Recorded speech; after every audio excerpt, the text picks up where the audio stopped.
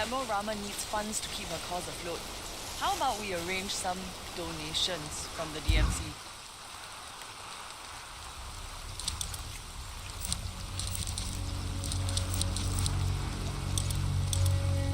Seems like you're starting to get the hang of things.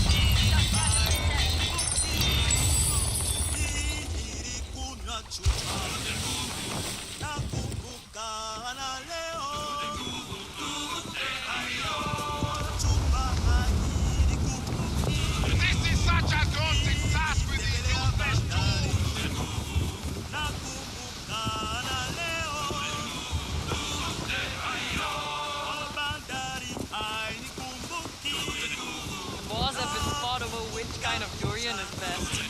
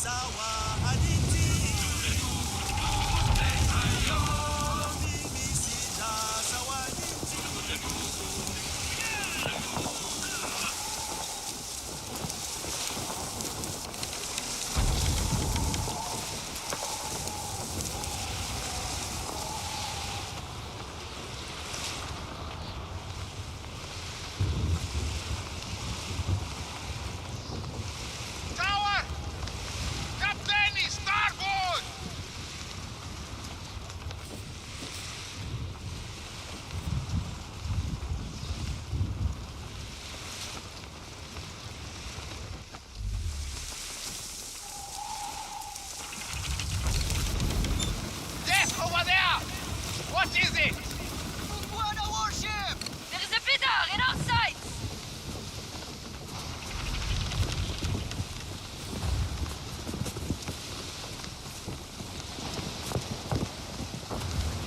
Sail! From the distance! There!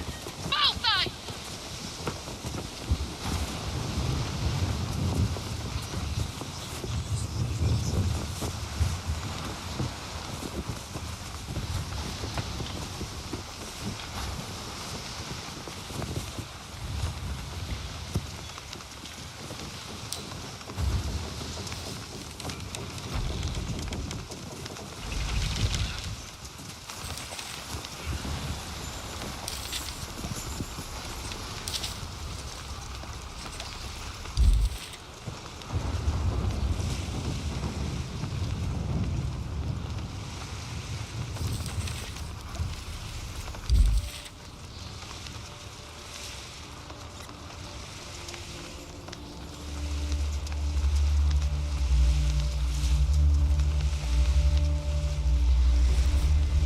Finer tools can make this work lighter, Captain!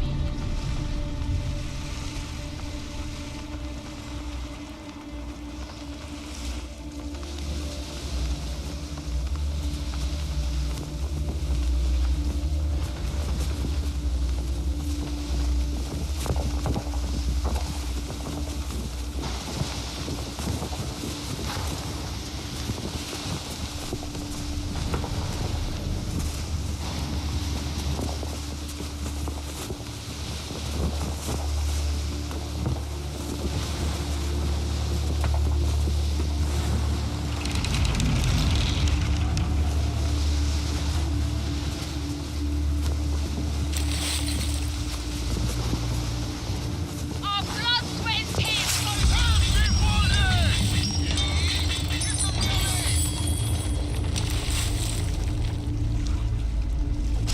The boss! Lift the sails!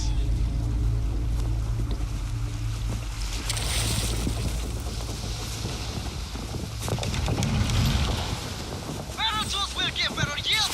Hold and lower the sails! We did it!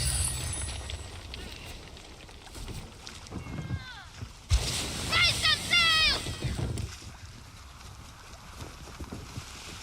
My calluses will soon be back as I'm toiling! Pirate's life is toil!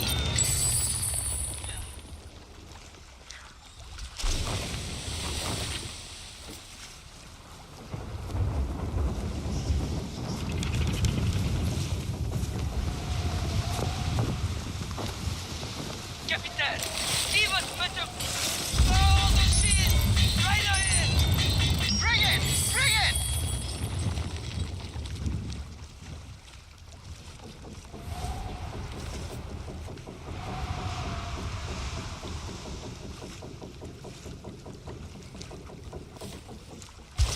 This side! Raise her up!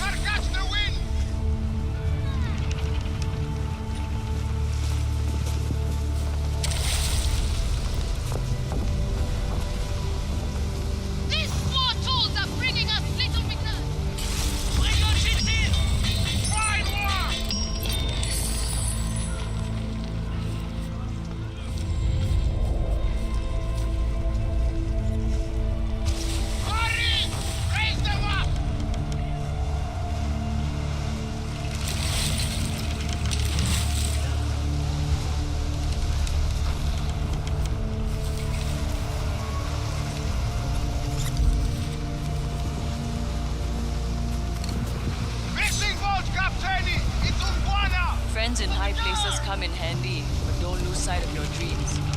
You have what it takes to forge your own path.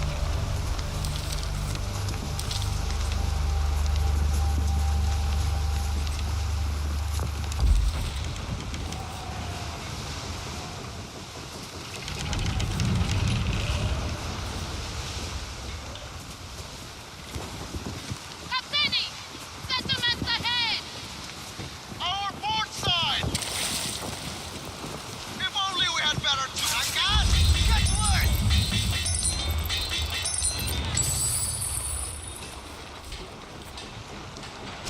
With all hands, raise the sails!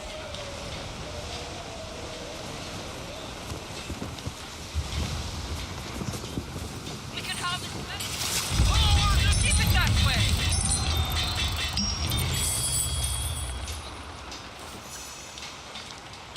Endelea vivyo!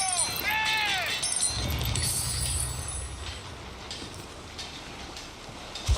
Raise them up!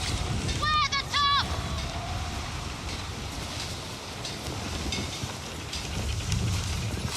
Lower the sails!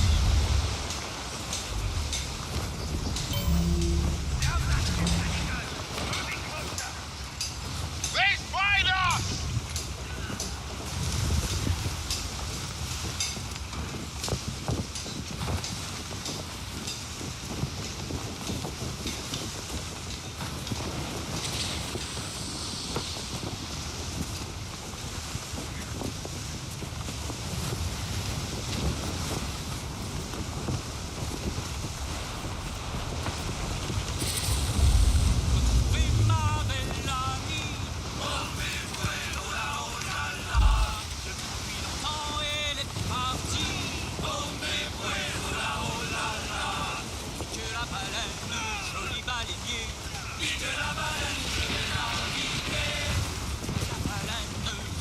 Chief George makes the hard work!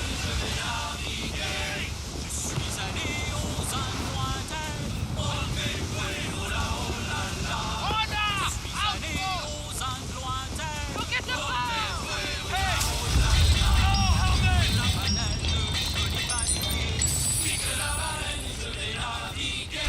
Raise the sails! Pick up tools! Port in charge, Captain! If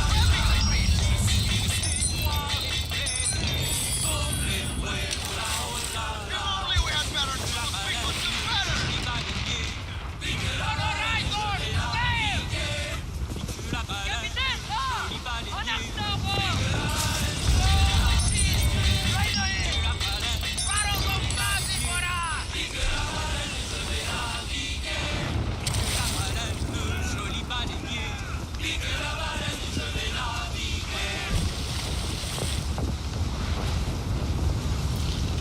Get those sheets down!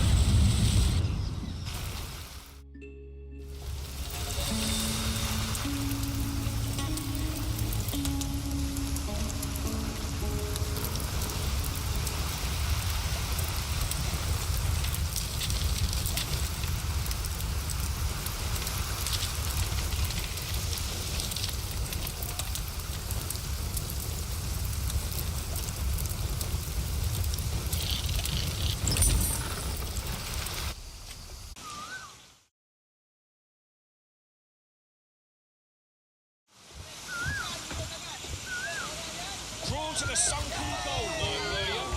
Whatever gold it has left is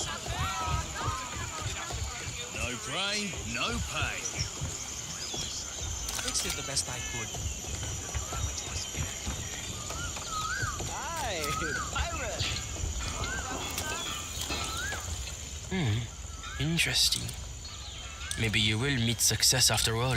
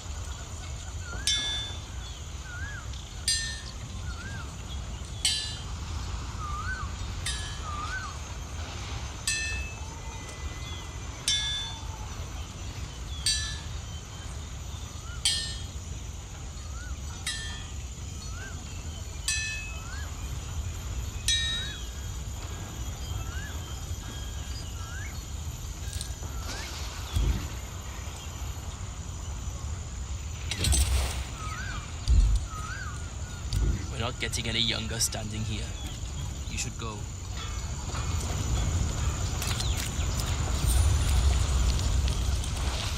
You took down a hunter? Enjoy your victory, but don't let it make you soft.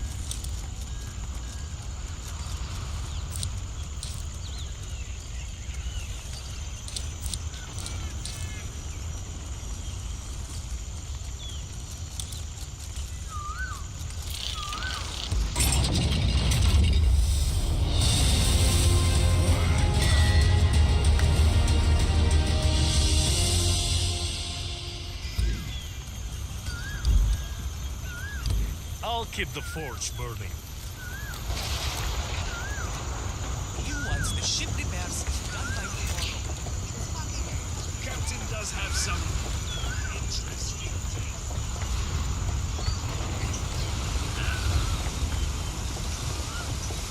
Admiral Rama needs funds to keep her cause afloat. How about we arrange some donations from the DMC?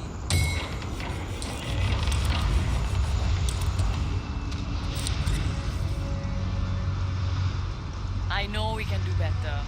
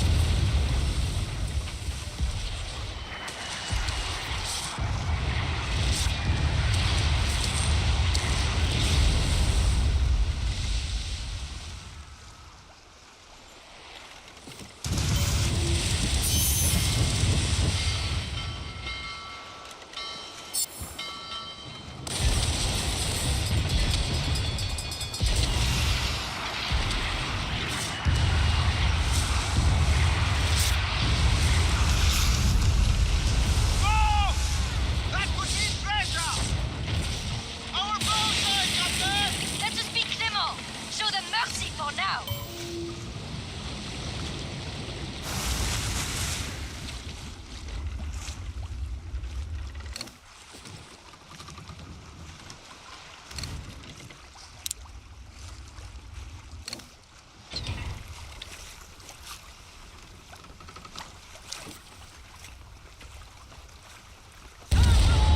Fire! Ha! The sharks will feast on them.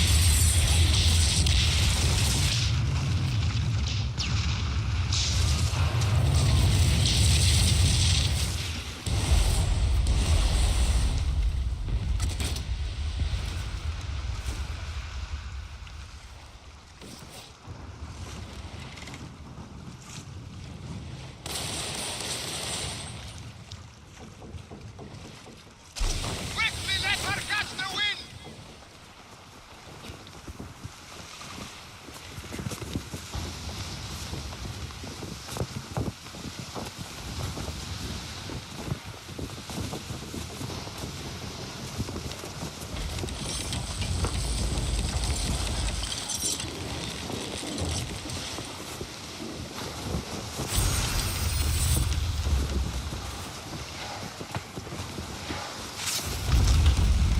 What be that, Captain? Their sails inside, Capitaine! Capitaine, at our bow! They are calling for help! I have a bad feeling, Captain!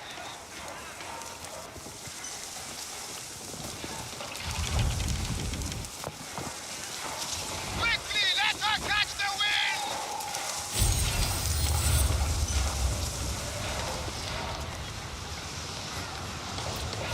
All the sails now!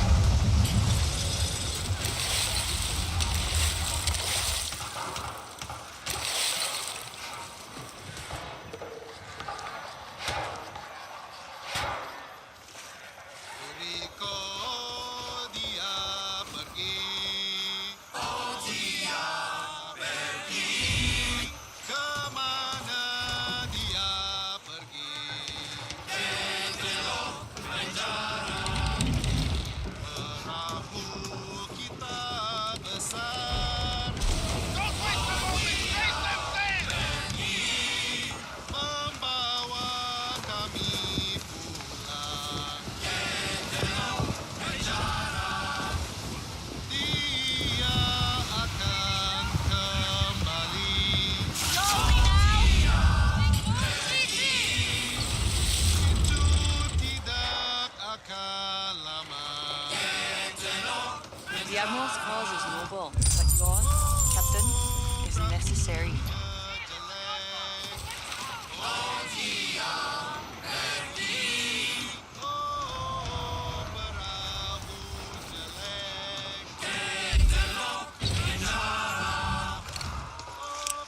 What in the world is that? Dutch warship, Captain! It's too dangerous here, Captain! Let's move away!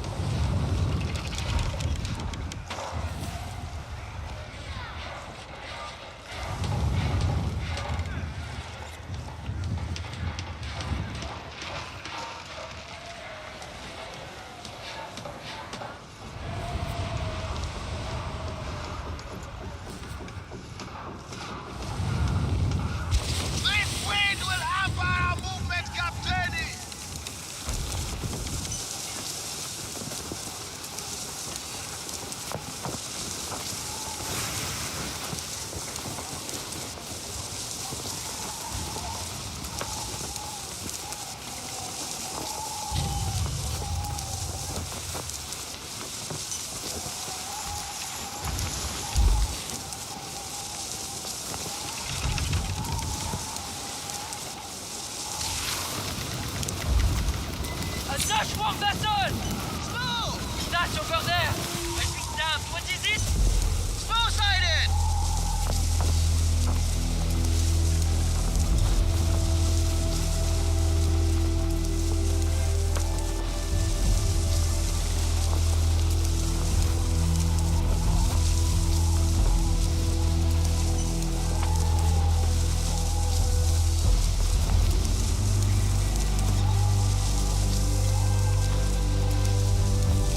Captain, a fleet of magic ships are headed here.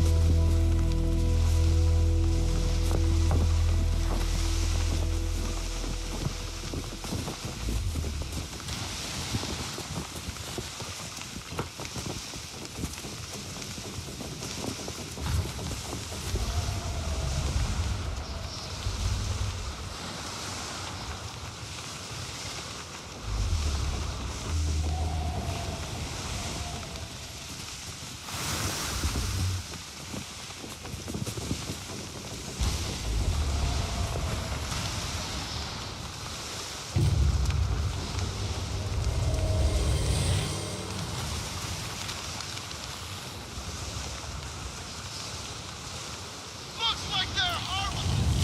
Hold the sails! Let the...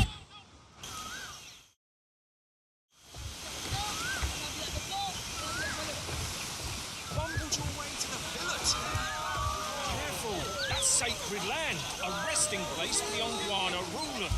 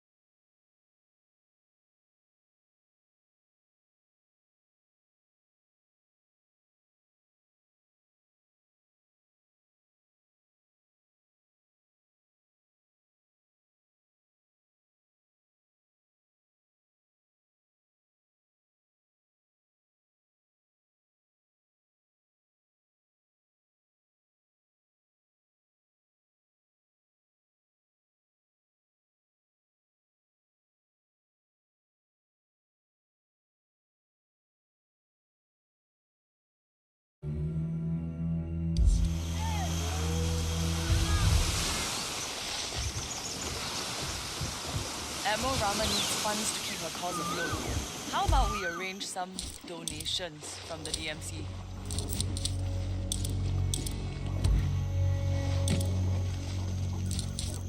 Luck can only get you so far. You need to keep hunting, stealing, growing.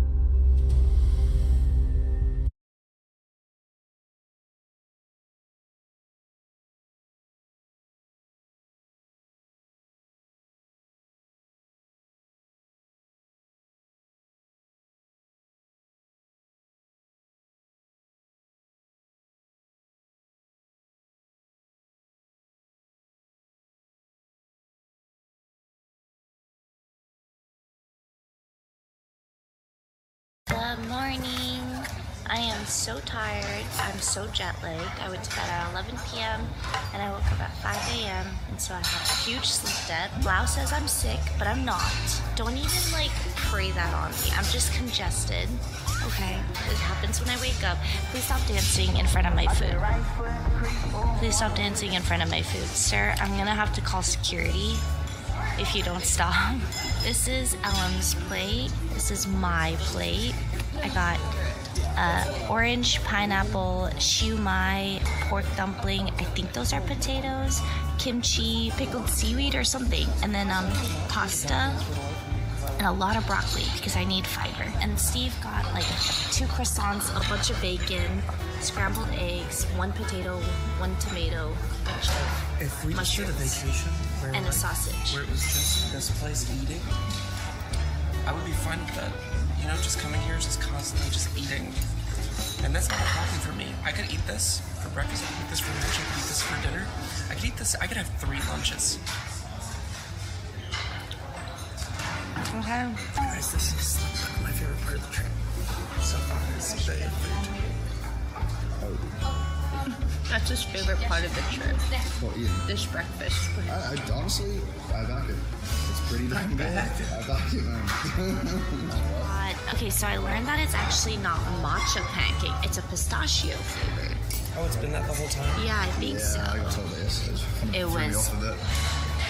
Wow. I knew it was why I was so bad. So do you want this lobster piece? I'll eat the whole thing. I will eat this whole lobster piece. I hope we can You take don't some mind? pictures Yeah, go for it. I'll eat a lot of this.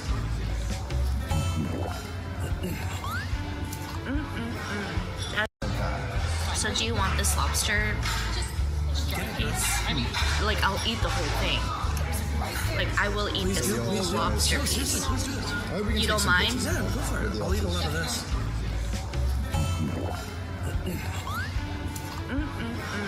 That's some good freaking lobster. We're ready to go on day 3. I'm tired. And look at my hat.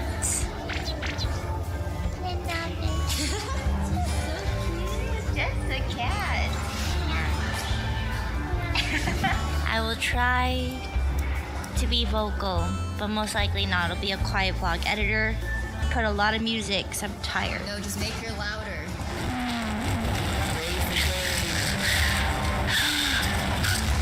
Alright, voiceover Janjan here. This is us going into a figurine store. I don't really know a lot of these figurines, but I thought they were really cool. And then here is Steve not knowing who Nier is. That is Dark Star. Did you just read that? Because it's not. It literally says actually, which is even more sad. Oh, that came from my nose. Holy shit. Okay, never mind. It was 2B, not Nier, but it's from Nier. Also, I was really boogery this day. What's your ETA? I am their plate. They greeted me. I have an issue with greeting.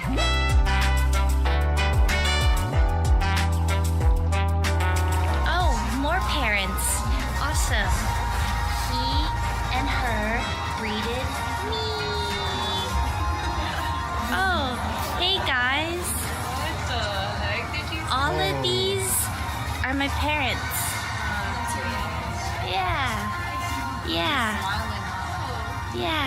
Yeah. You know what? I'm pre-recording. I think this will be a gem. I think this place will be a hidden gem. Let's go. It's locked. All right. Oh God. We tried our best. We really did. That was for the best.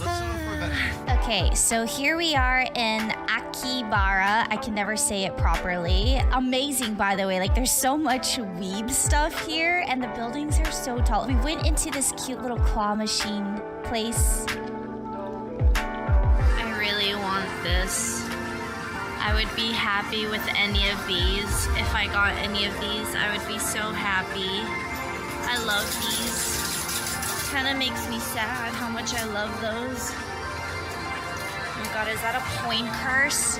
I mean, coin curse? I told you I was tired. Again, I would be very happy. Again, I would be even happier to have him. He is so cute. Ugh. God dang it. Oh my God. This is the hole in the wall. We went around and we found the entrance. Oh, I think it is meant to be.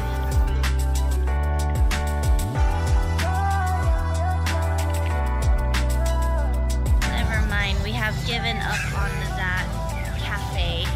Cafe Moco, no loco. I have finally found the store I wanted to go to all this time. It's called Don Quido, and it has like a variety of skincare and makeup products, and I think I'm gonna be here forever. So yeah. Okay, so I didn't get anything from the claw machine, and I bought a lot from this Don Quido shop that we were just at. I feel like a Mia got a shrimp. It looks like a shrimp lobster pasta. Smells delicious. We stopped by a cafe. I had a matcha latte. Everyone got some ice cream. It was so yummy and cozy and warm. It's a matcha latte with soy milk. We are in Japan, and of course, Steve got a hot dog at a cafe. I can't believe this cafe sells a hot dog. What did you get? A mushroom pasta? This is at a cafe.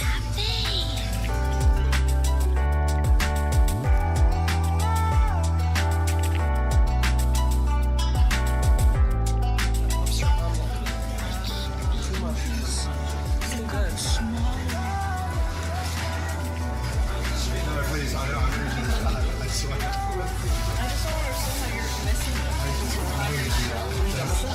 I ate so much of it. Can't you tell that there's so much missing? Oh, that's so nice of you.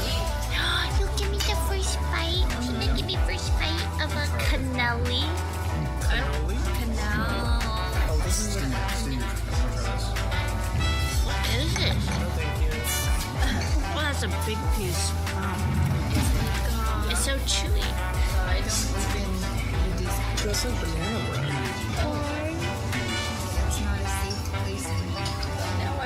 Now I want to open it. And you really don't open the Discord chat.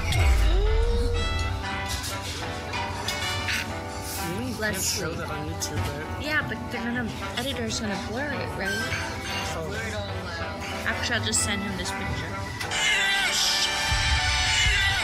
Okay, and the weebiness doesn't end. We go to like this card collecting store. Everything was so expensive here. It was crazy. And then I found this gross hair on Steve's neck. Okay, so basically, I thought my hair or something was on him. So I pulled. Why is this so long? Can I pluck it out? Please. Oh. Ew.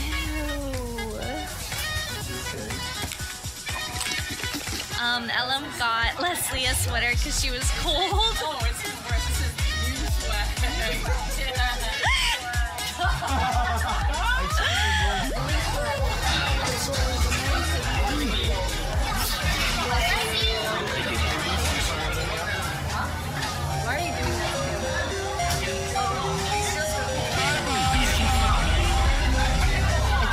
So we went to this hot pot place and there's a huge selection of like fresh produce.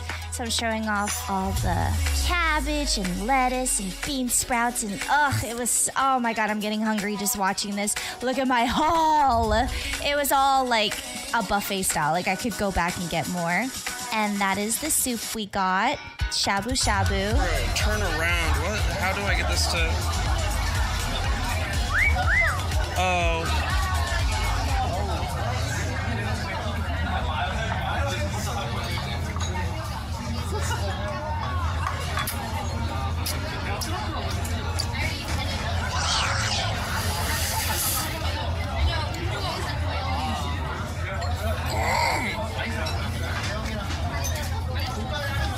I'm so sorry, Janet's editors. This isn't the real me. Alright, I deeply apologize for leaving you guys with Steve just now. That was horrible. Look at our haul again though. Ooh, neat. Look at that marbleization.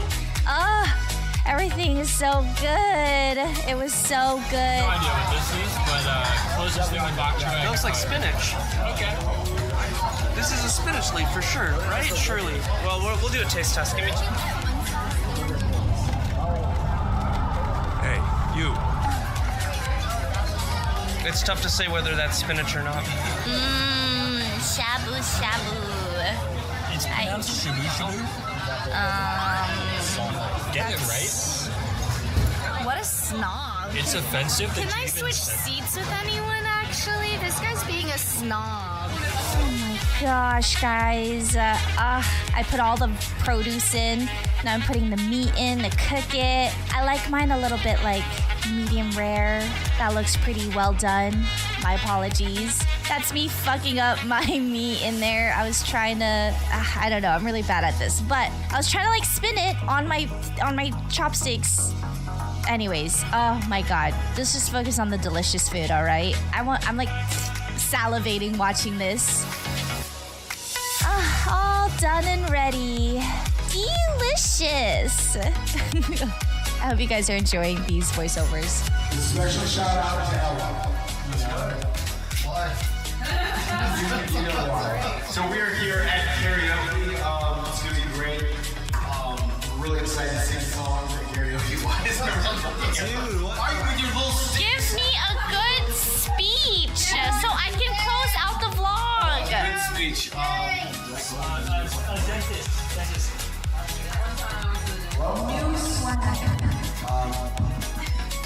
It's all you can drink, so order your drinks. Get fucked up.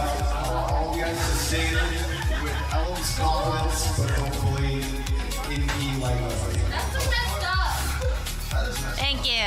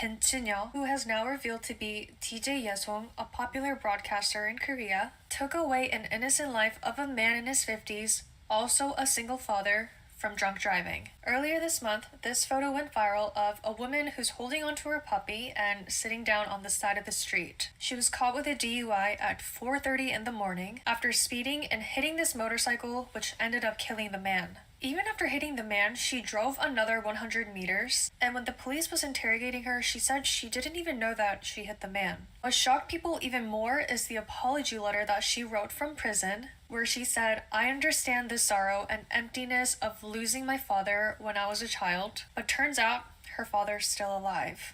Now, although her mother raised her alone since she was 3 years old, her father is still alive, but people are saying that it was insensitive for her to say that she was acting like her father died, and she tried to sympathize with the victim's family that she caused to die.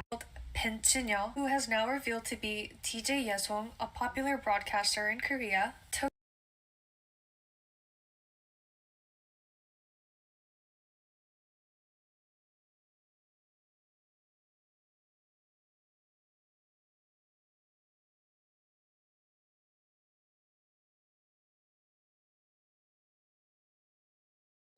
In this video, you are going to see carnage between YouTubers.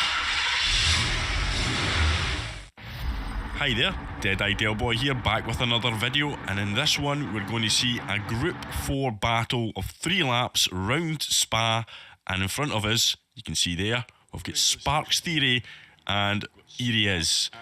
So, that, by my calculations, is about 130,000 subscriber count just ahead of us, with Sparks really hot at the moment. He's building a channel like I've never seen.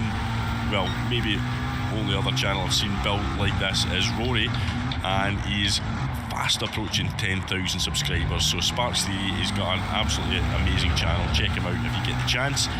And Rory, well, he's got 120,000 plus subscribers. It's insane.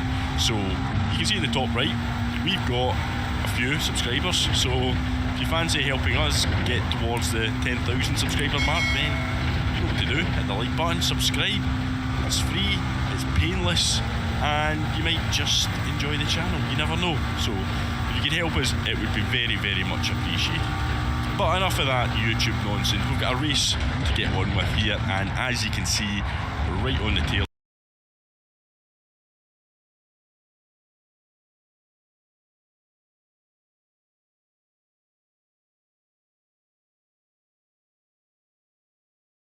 There is no skilled labor out there left at the dealerships to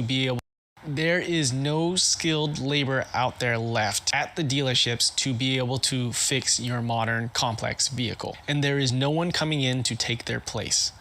18 years and counting spent in the automotive industry. Successful shop. This is why I left the dealership and almost changed careers completely. So a little background about myself. I have about 16 working years of experience in the automotive industry. And let's go through some of my experiences. I started in technical school when I was 15 years old. So 2 years of technical school. We had this program at my high school where you did high school for half the day and then you went off at a separate campus for technical school. So 2-year technical school certificate in automotive technology. Right after high school, 3 years of an apprenticeship at a Mercedes-Benz dealer. After Mercedes-Benz, I worked at an independent repair shop and doing smog checks for a short period. After that, 4 years at 2 different Subaru dealerships. So where I have the most experience and where my most intensive time of working and training was at the 2 different Subaru dealers. First big turn in my career. Right after the dealership, 5 years as a government employee working on fleet vehicles. So fleet vehicles meaning law enforcement vehicles, parks, school buses, garbage trucks, wheelchair equipment, all the above. Second big turn in my automotive career, 5 years at CM Auto House. Crazy, I know. Before I go any further, I really appreciate all the support from you guys, especially my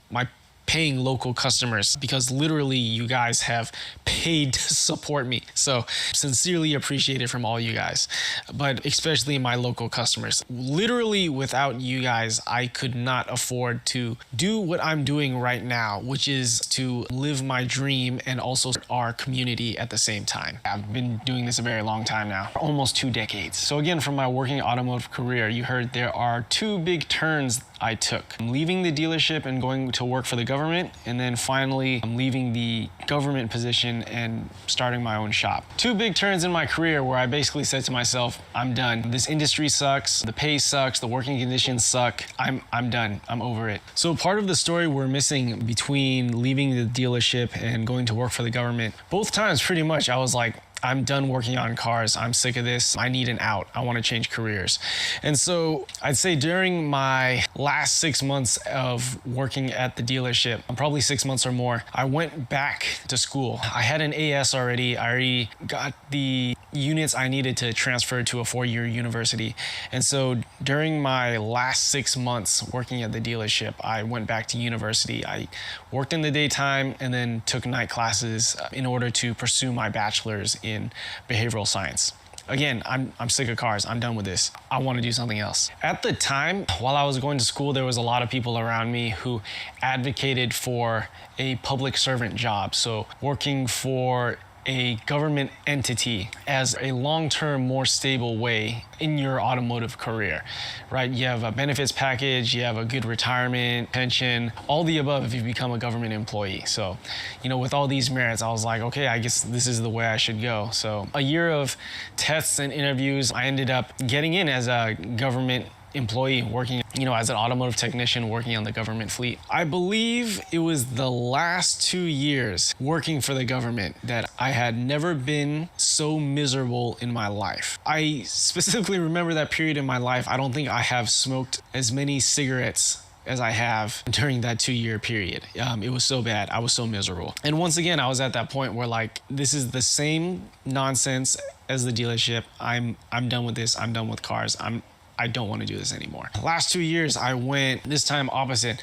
I'd go to school in the daytime. I'd take personal time off to attend class. So like I'd strategically, you know, take 1 day off per week for this, you know, whole semester just so I could take that Tuesday, Thursday morning class or whatever have you. And yeah, I finished my bachelor's in behavioral science during my time working with the government. The job I was going for was called Counselor 1 at Juvenile Hall. You don't just interview for this job. I had to take a public test and basically beat out everyone, which I did. So let's say out of, I don't know, let's call it 200, 300, 400 applicants, I beat out majority of the applicants, you know, taking this written test. After the written test, then you get a phone interview and then you go to the final interview. Basically the part I got to was I passed the phone interview and they were trying to schedule me for the in-person interview. And I think I was figuring out my school schedule at San Jose State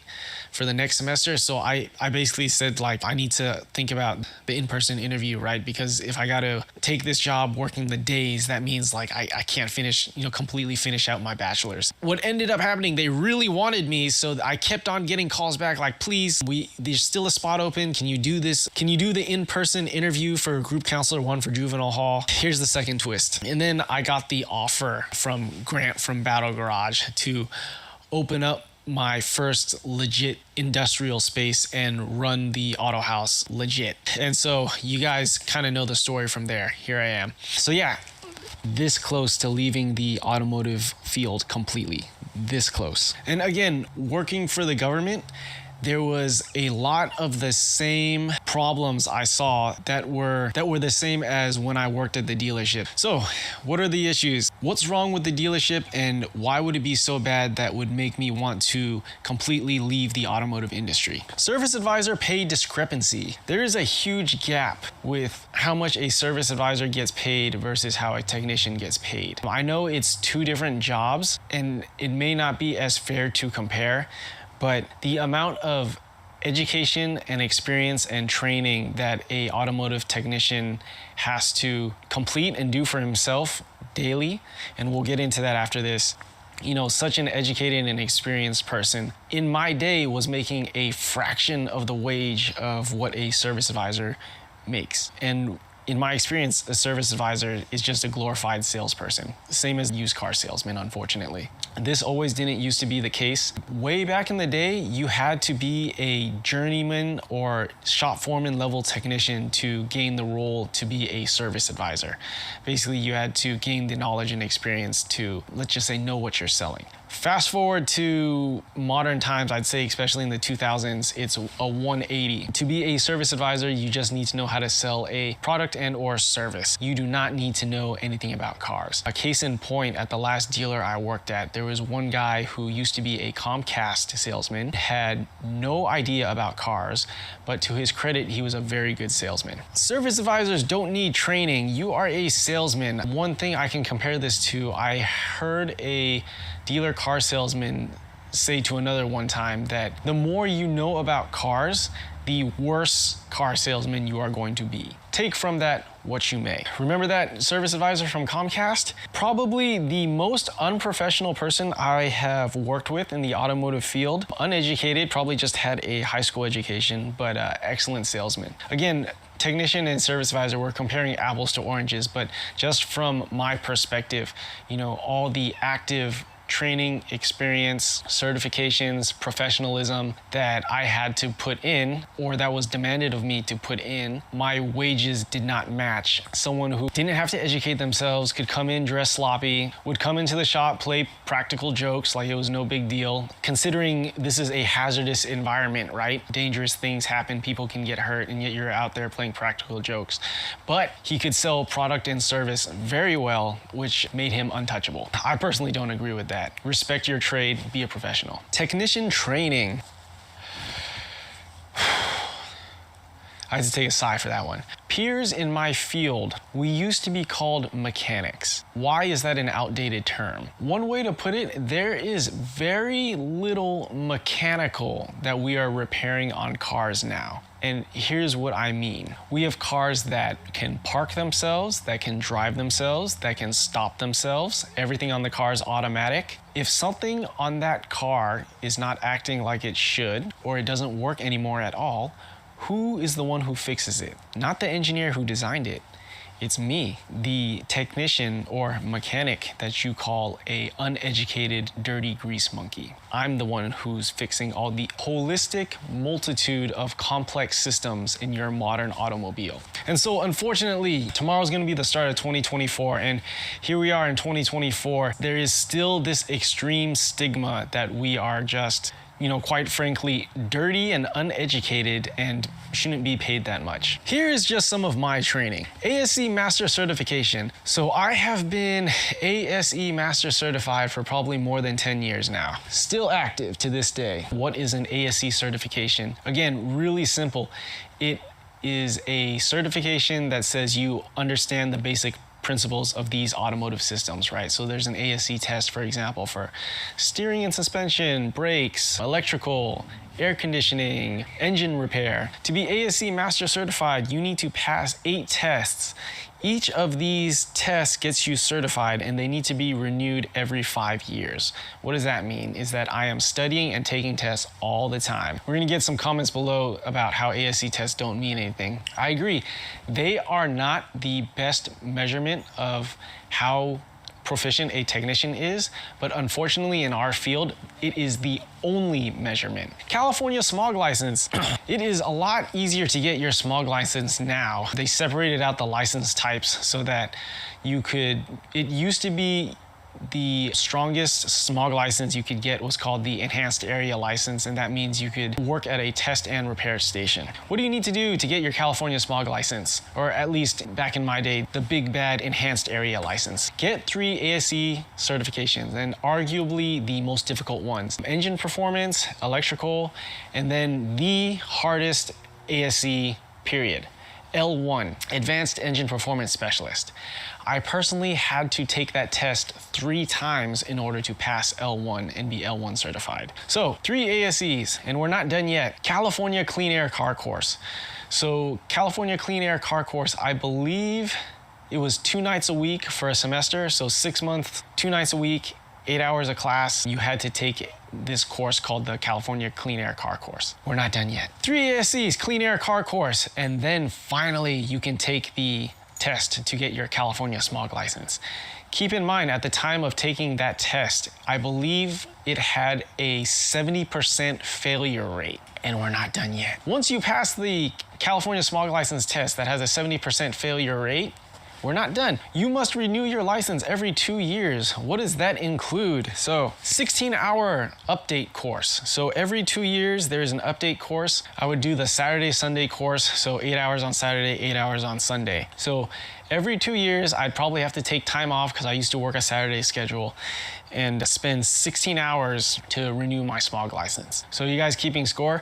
8 ASCs, I need to renew every 5 years. California smog license, I need to renew every 2 years. Factory training, typically whatever manufacturer you work for, they have their own training. So, you know, if you go to the Honda or Subaru portal, they will have their own training for sales, technicians, service advisor. Sometimes the trainings would overlap. I know one year it was a requirement that we did some online service advisor training, which again, keep in mind, I don't think service advisors even need to do the service advisor training, nor do technician training, but we have to learn their job. Daily training. As a technician, you should be learning daily. What are some ways I had to learn every day? Researching technical service bulletins. There'd be new TSBs every day, new recalls. Sometimes these TSBs or recalls would get updated so that there's a new repair or a new part that you do for the same symptom as before. The old TSB is outdated, so you constantly had to stay up to date on what was the most up-to-date repair for,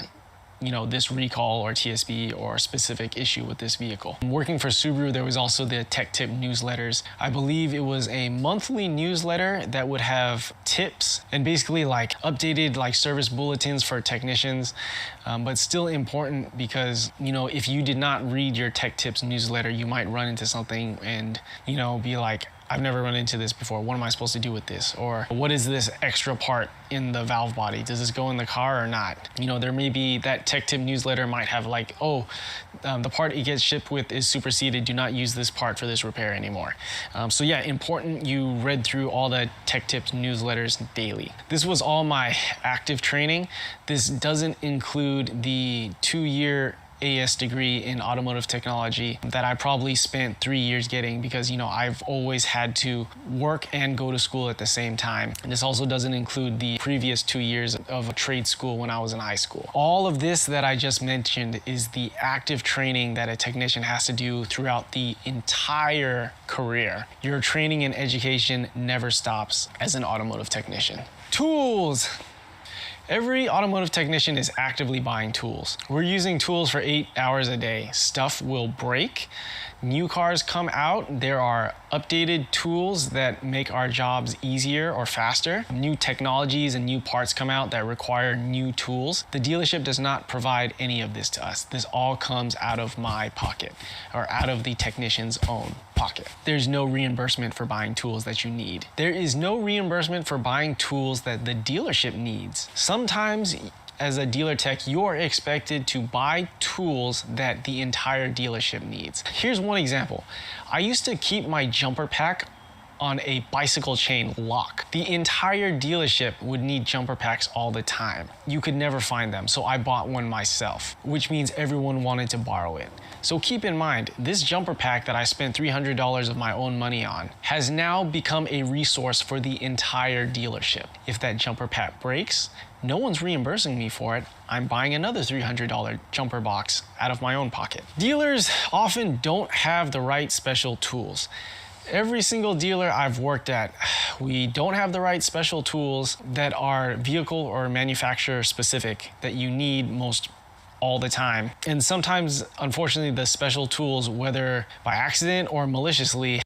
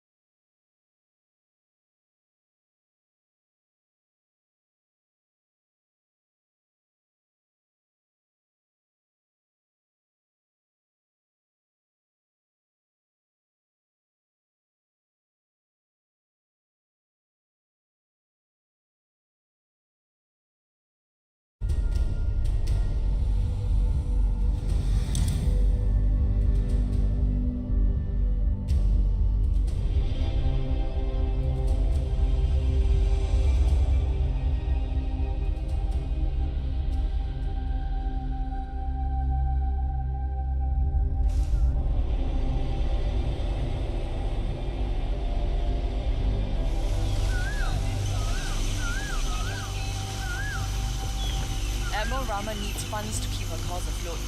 How about we arrange some donation? Looks like they're harmless. They are taking everything. We will have nothing left.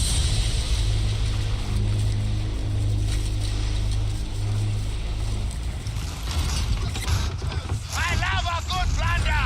Take charge, Captain.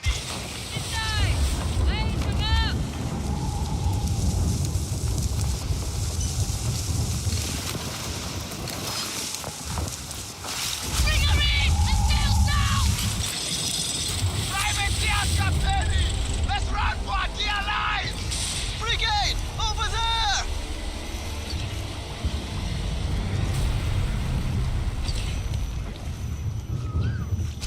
Raise the sail!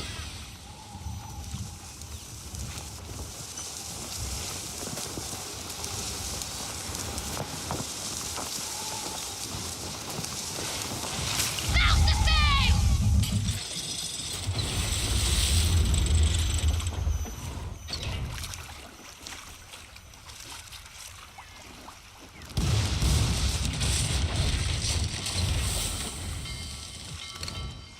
A brigantine! That's over there! I'll beat them! What is it? Captain! Rampa warship! Pass, Captain!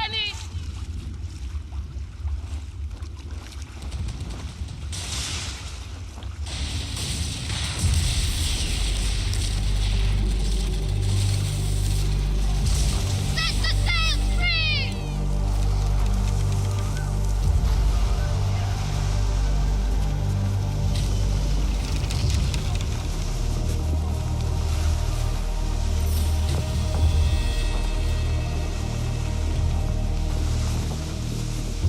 Let's work on being hunted.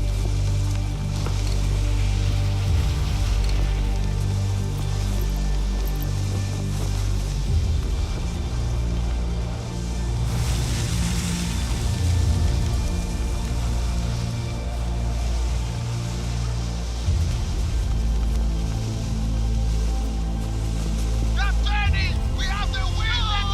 We'll be left with nothing if we let them.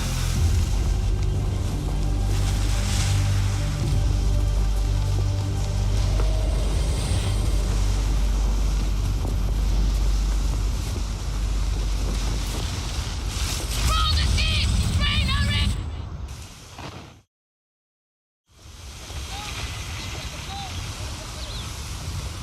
Admiral Rama needs funds to keep her cause afloat. How about we arrange some donations from the DMC?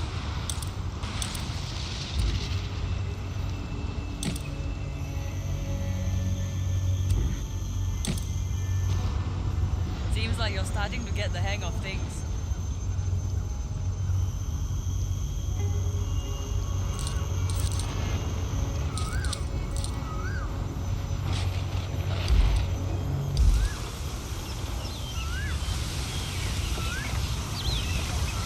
A mortar, right?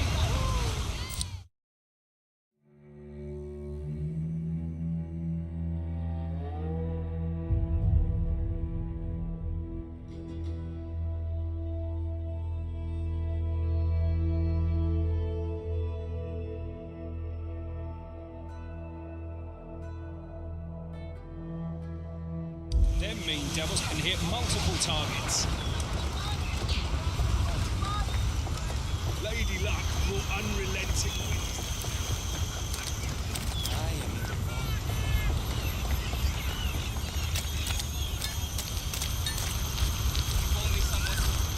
The Orang Kaya meet the Dutch in secret. They are filthy traitors who deserve nothing short of a noose.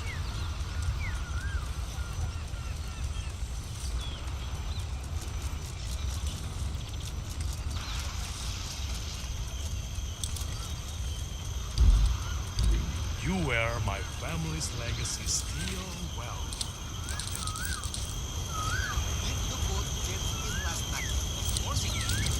Don't worry, I know how to face down.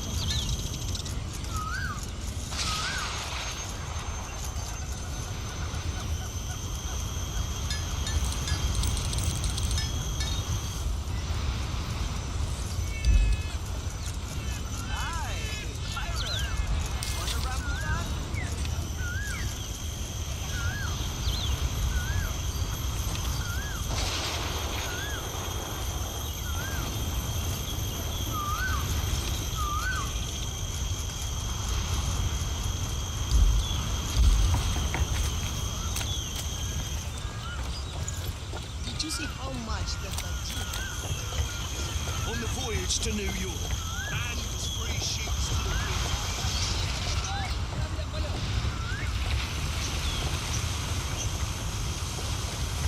Luck can only get you so far. You need to keep hunting, stealing. Do you see that? Someone is gathering all the resources.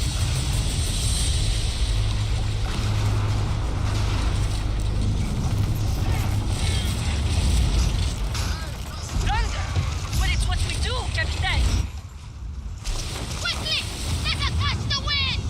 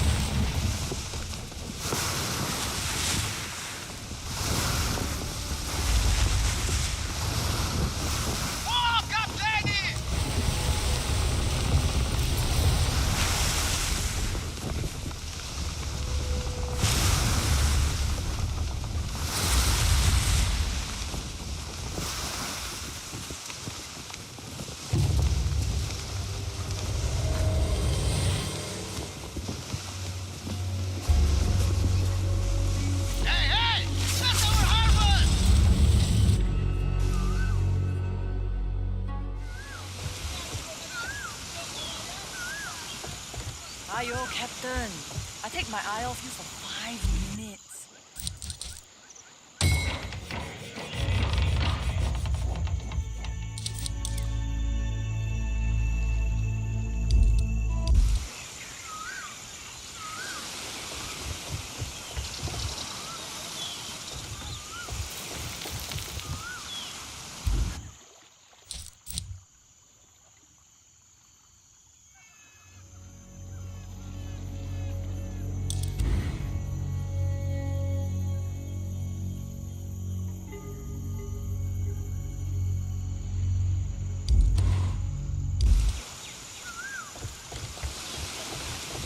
Beware of the DMC. They don't play around. Next time, just turn heel and flee. Rosewood, that's a gold mine right there. Aduh, capek.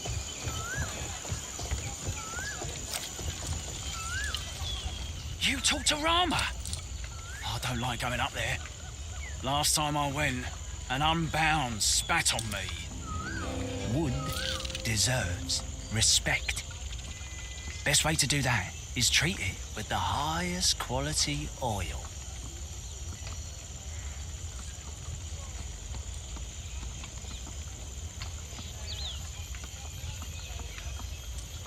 Tally-ho, pirate! Wait.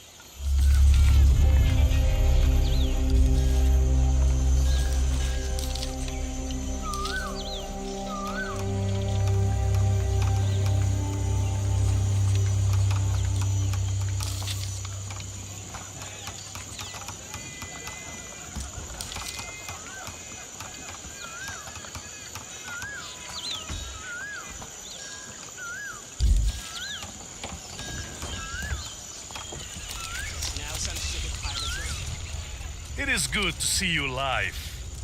What will it be today?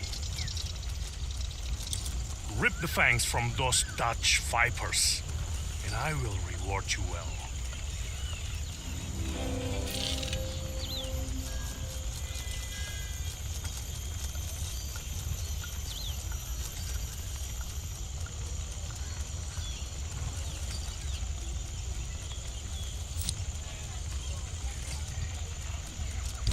Treat those weapons like you would your child.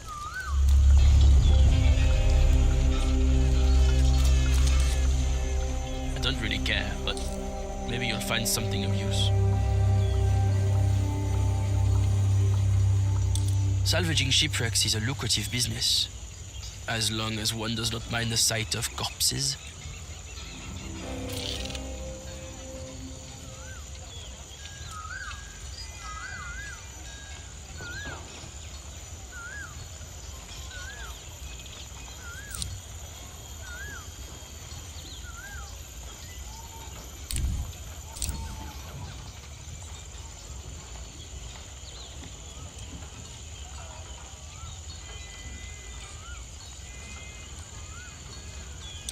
A warning.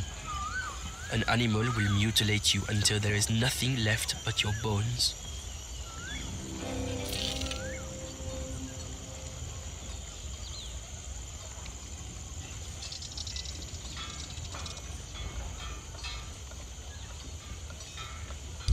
Perhaps I'm the first to say this, but time is going, Captain.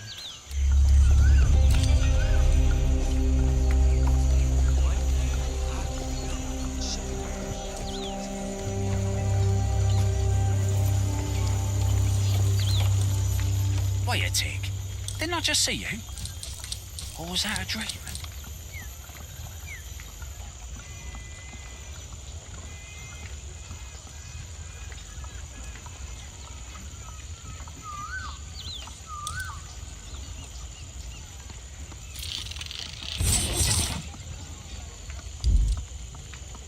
I rebuilt the docks of Telok Penjara. Absolute mess before I got here. Rosewood, that's a gold mine right there. If we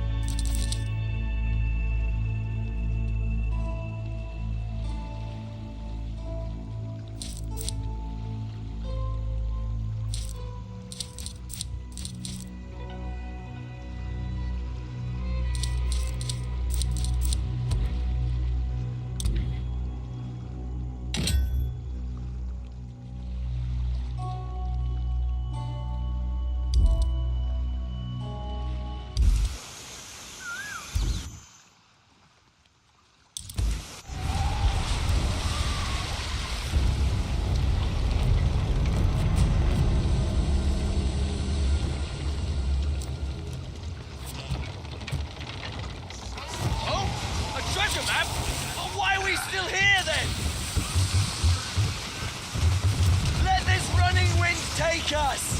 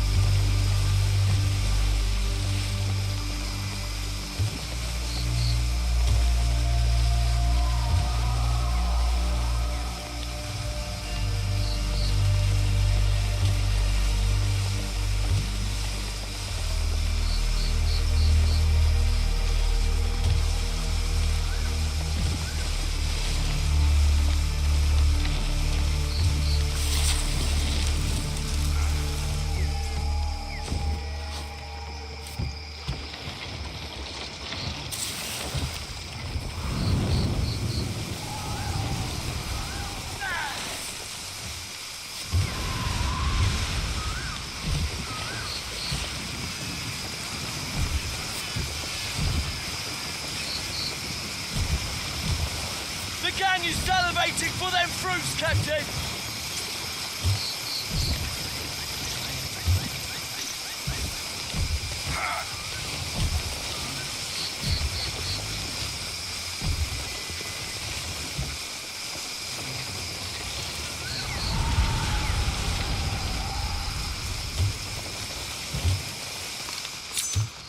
What's that?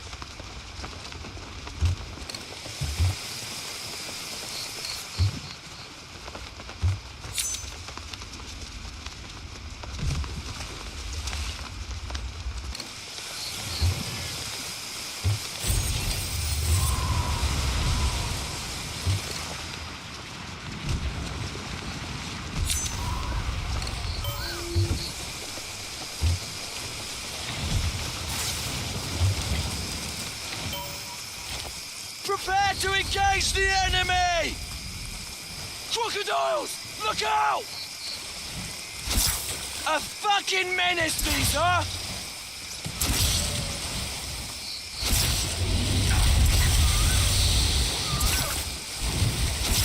You show that beast, Captain!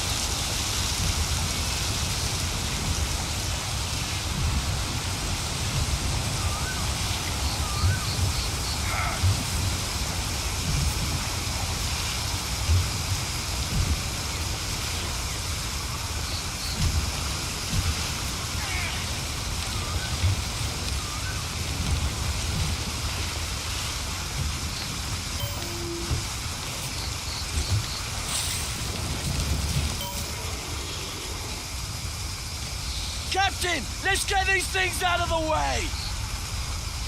That truck has it in for us!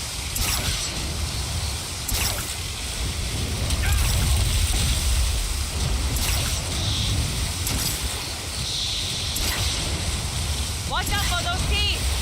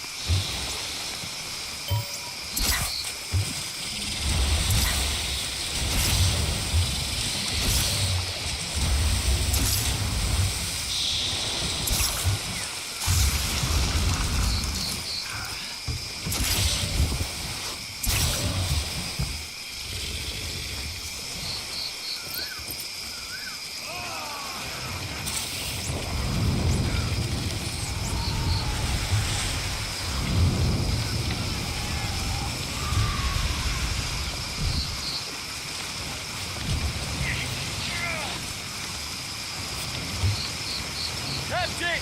Boundary sighted! Starboard, Captain!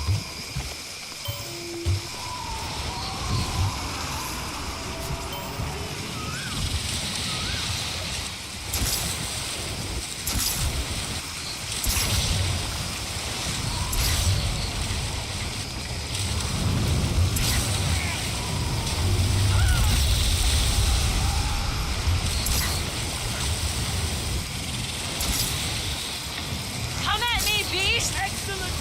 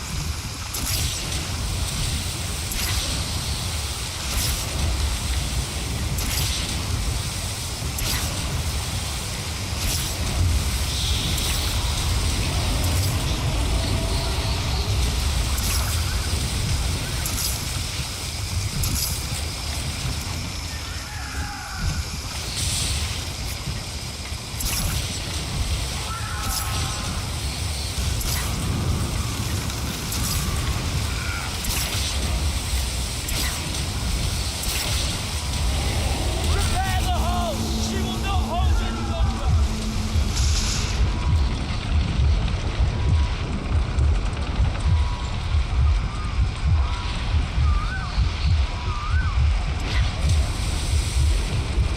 Watch out for those teeth!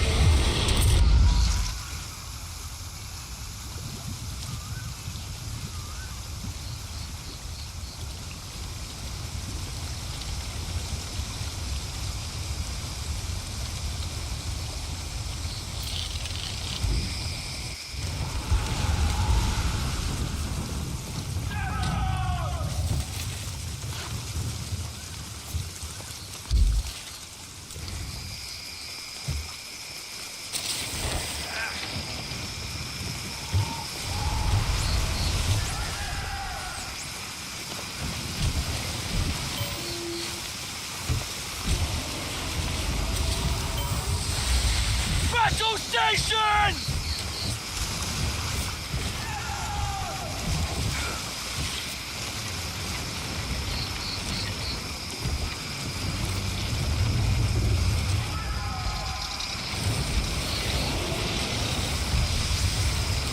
Watch out for those teeth!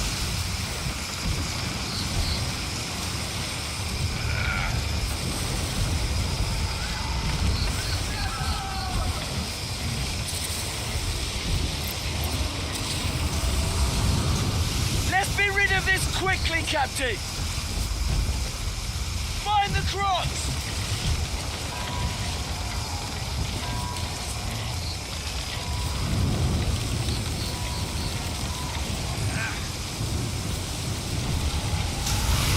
Cole won't take...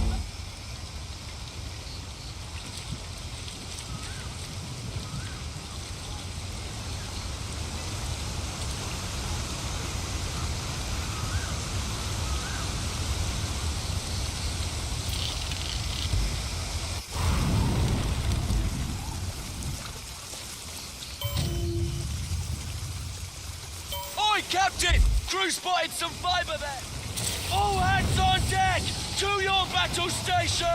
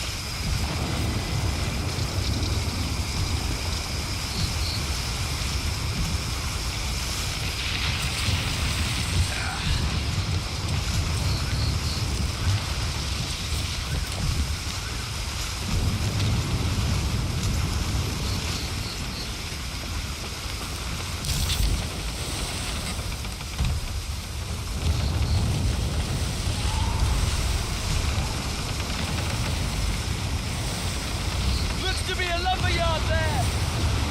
There! Bow side!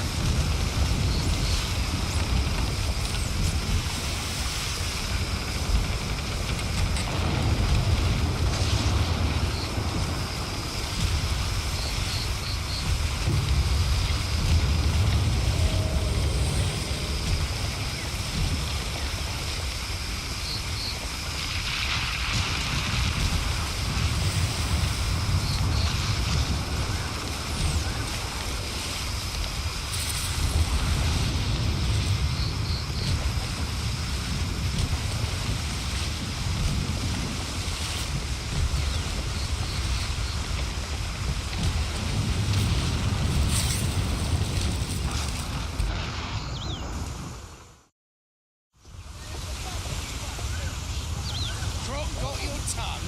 Ha! Tough luck with that flat dog, eh?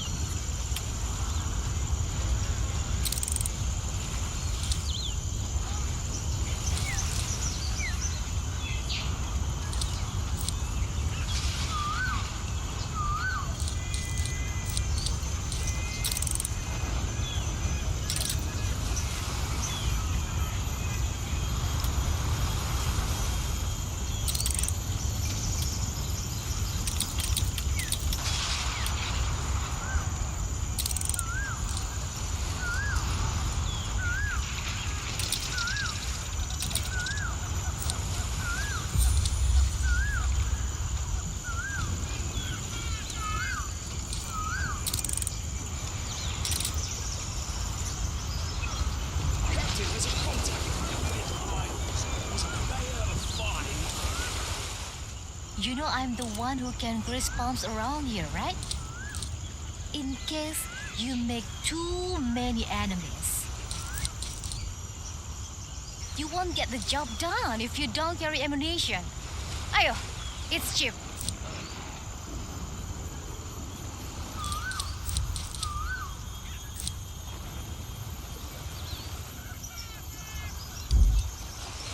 I'll keep something on the stove for your return.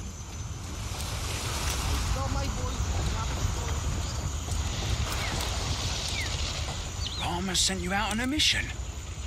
Wow. She must see a spark in you.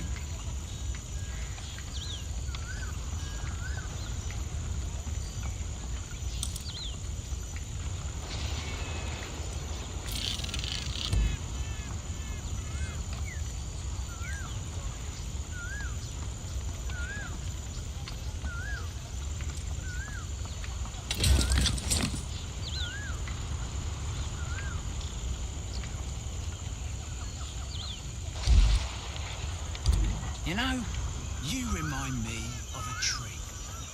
I mean, as a compliment. We're in the east, brother. Greasy coin, spice,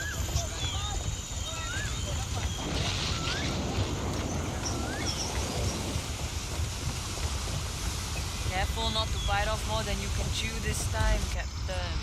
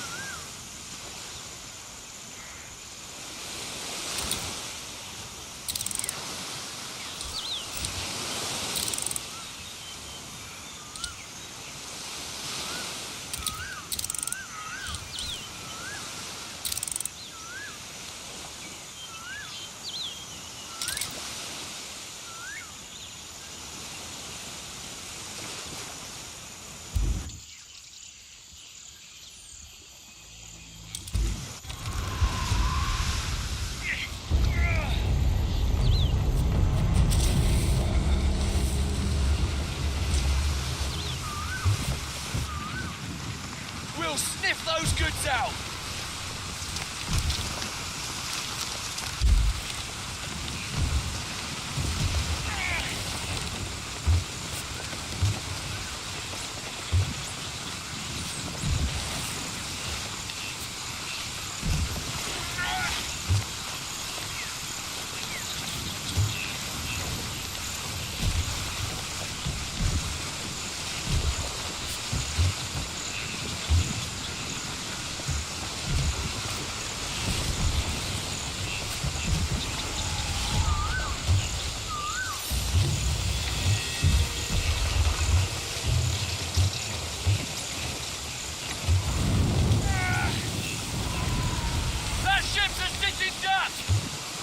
Captain, on our port!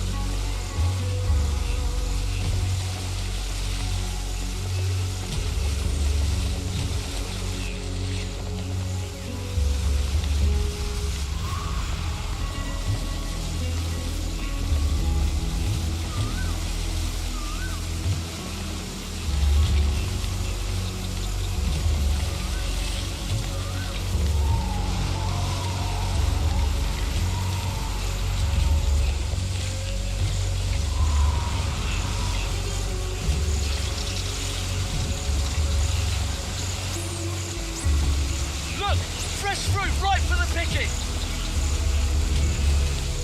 Mark, rolling in, Captain!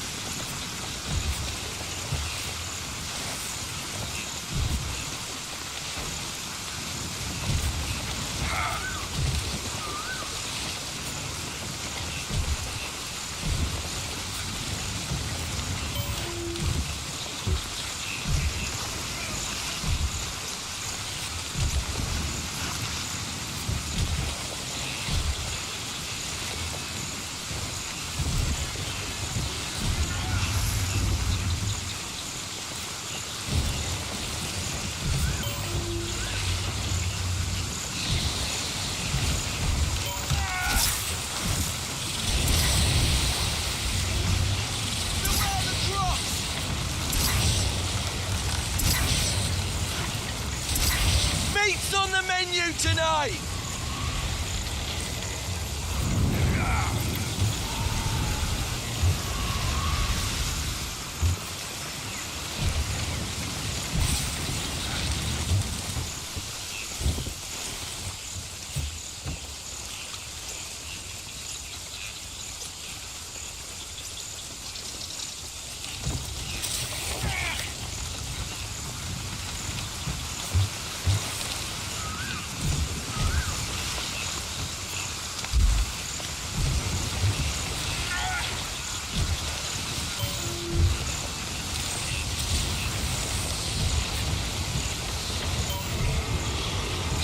Battle stations!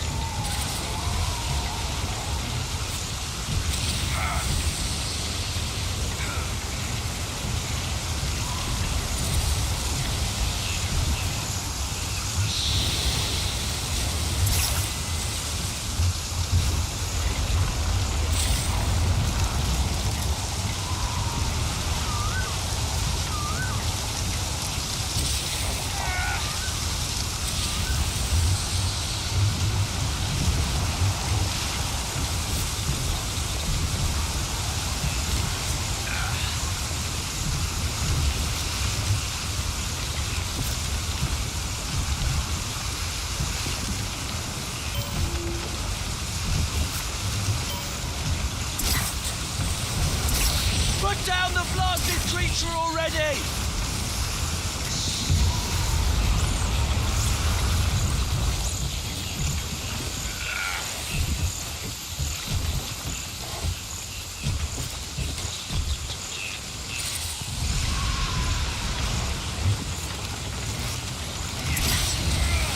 Come at me, beast!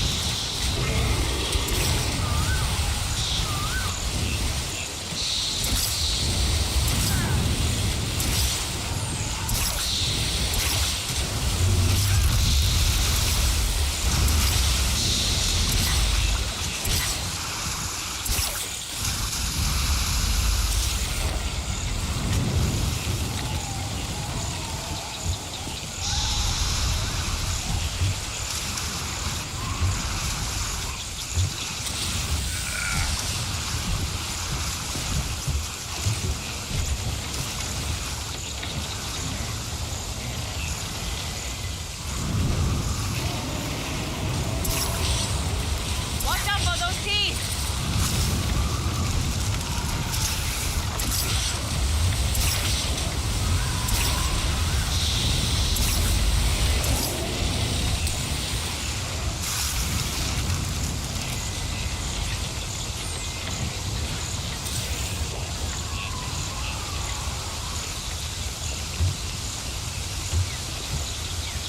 That's it!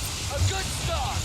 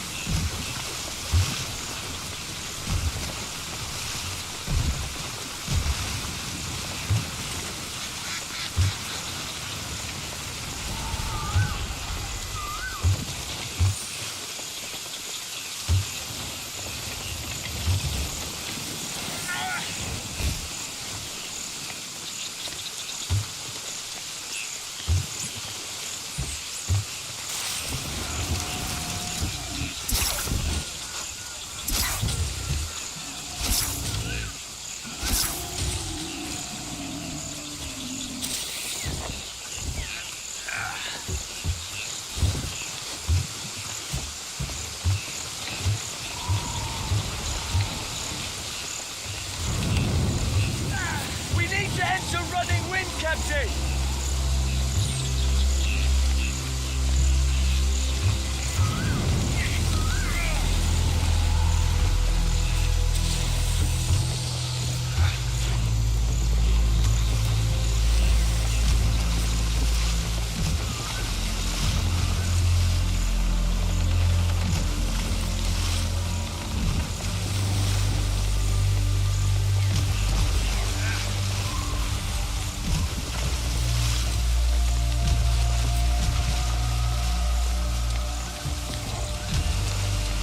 For all his fear, there's a bravery in Olivia. A defiance that says, the sea took a part of me, but not my spirit.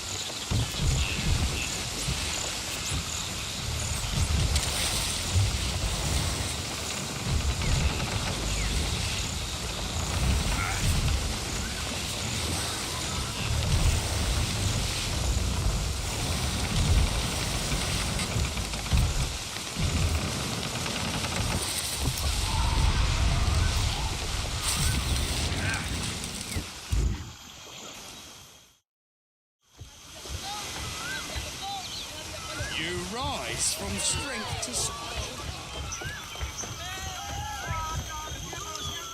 Captain has a contact in the Red Isles. Lapar. Cannot wait. If only someone could give me some fucking coin, I would say take your time, but I do not mean it.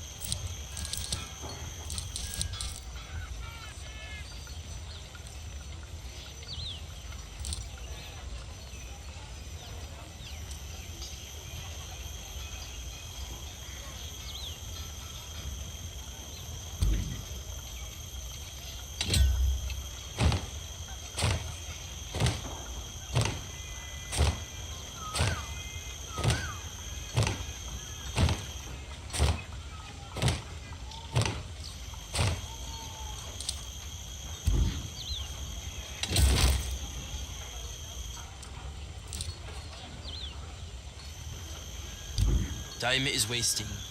The sooner you bring me what I need, the better for both of us.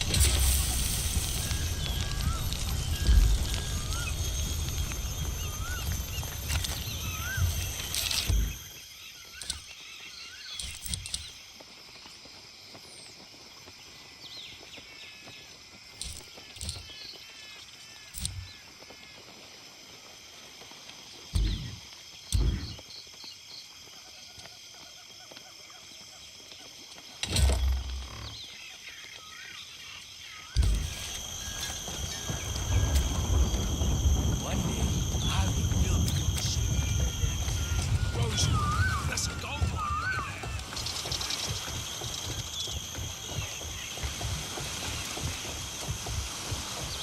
Admiral Rama needs funds to keep her cause afloat.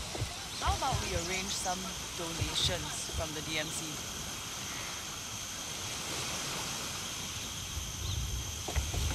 Luck can only get you so far. You need to keep hunting, stealing, growing.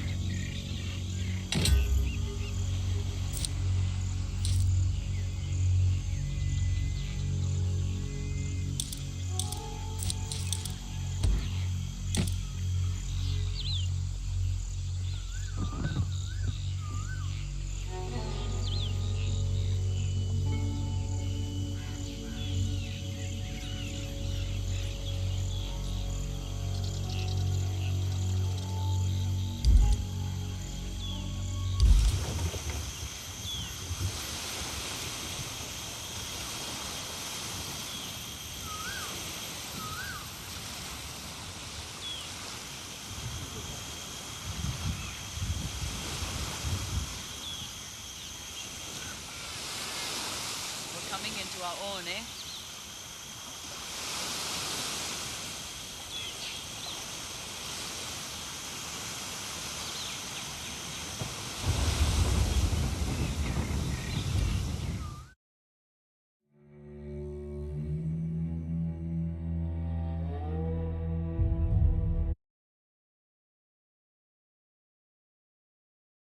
Technicians will hide or steal them or lose them. I'll give you an example. Crank pulley tool. I need this tool to hold the crank pulley to break the crank pulley bolt loose. Very, very common. Everyone needs it all the time. Very expensive tool. This tool would get locked in people's toolboxes all the time. When someone would get fired or quit, sometimes they'd steal the tool and take it with them.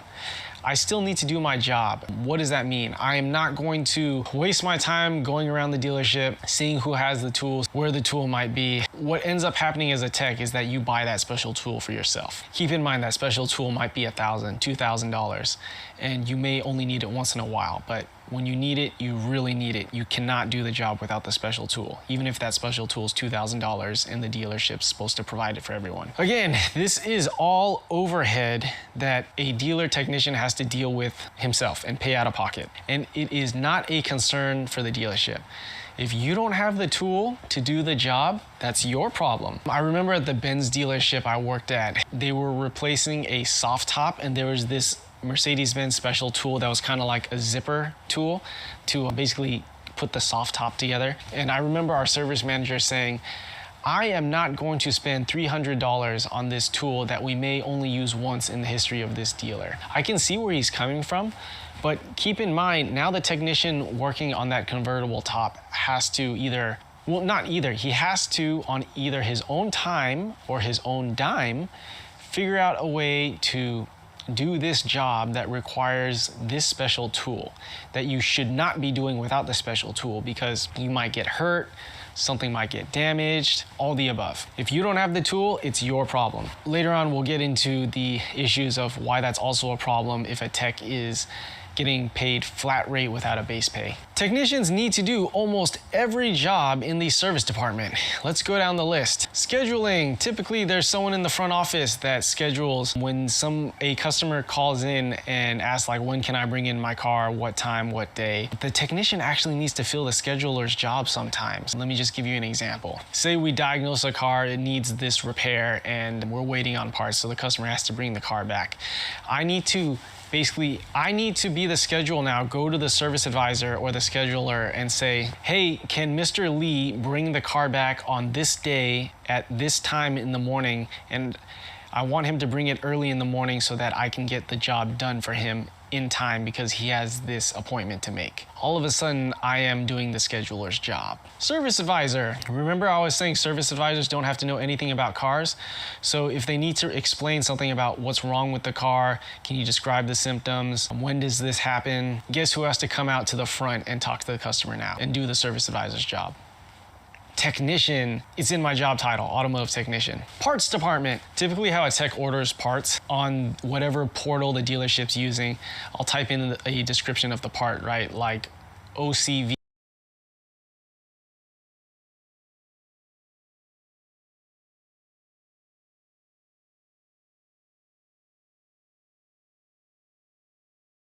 Pronouncing Korean last names like a Korean. A lot of times when Korean last names are written in English, it sounds nothing like the actual Korean pronunciation. Here's a couple of examples. Choi is actually pronounced Choi. Lee is pronounced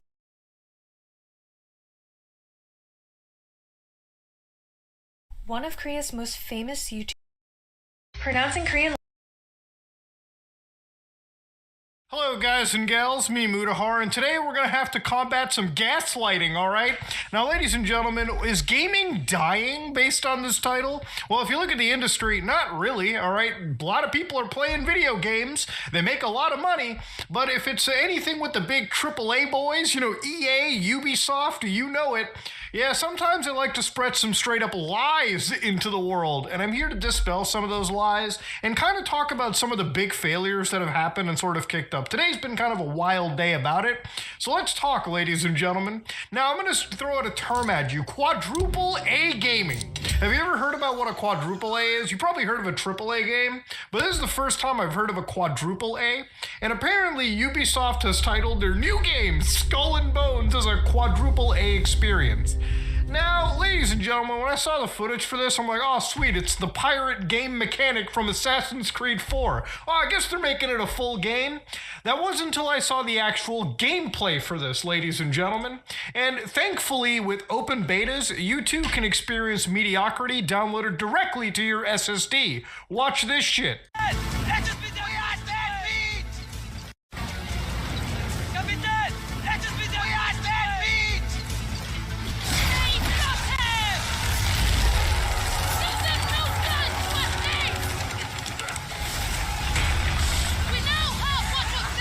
Ladies and gentlemen, I'm not even joking with you. This is an actual fucking downgrade.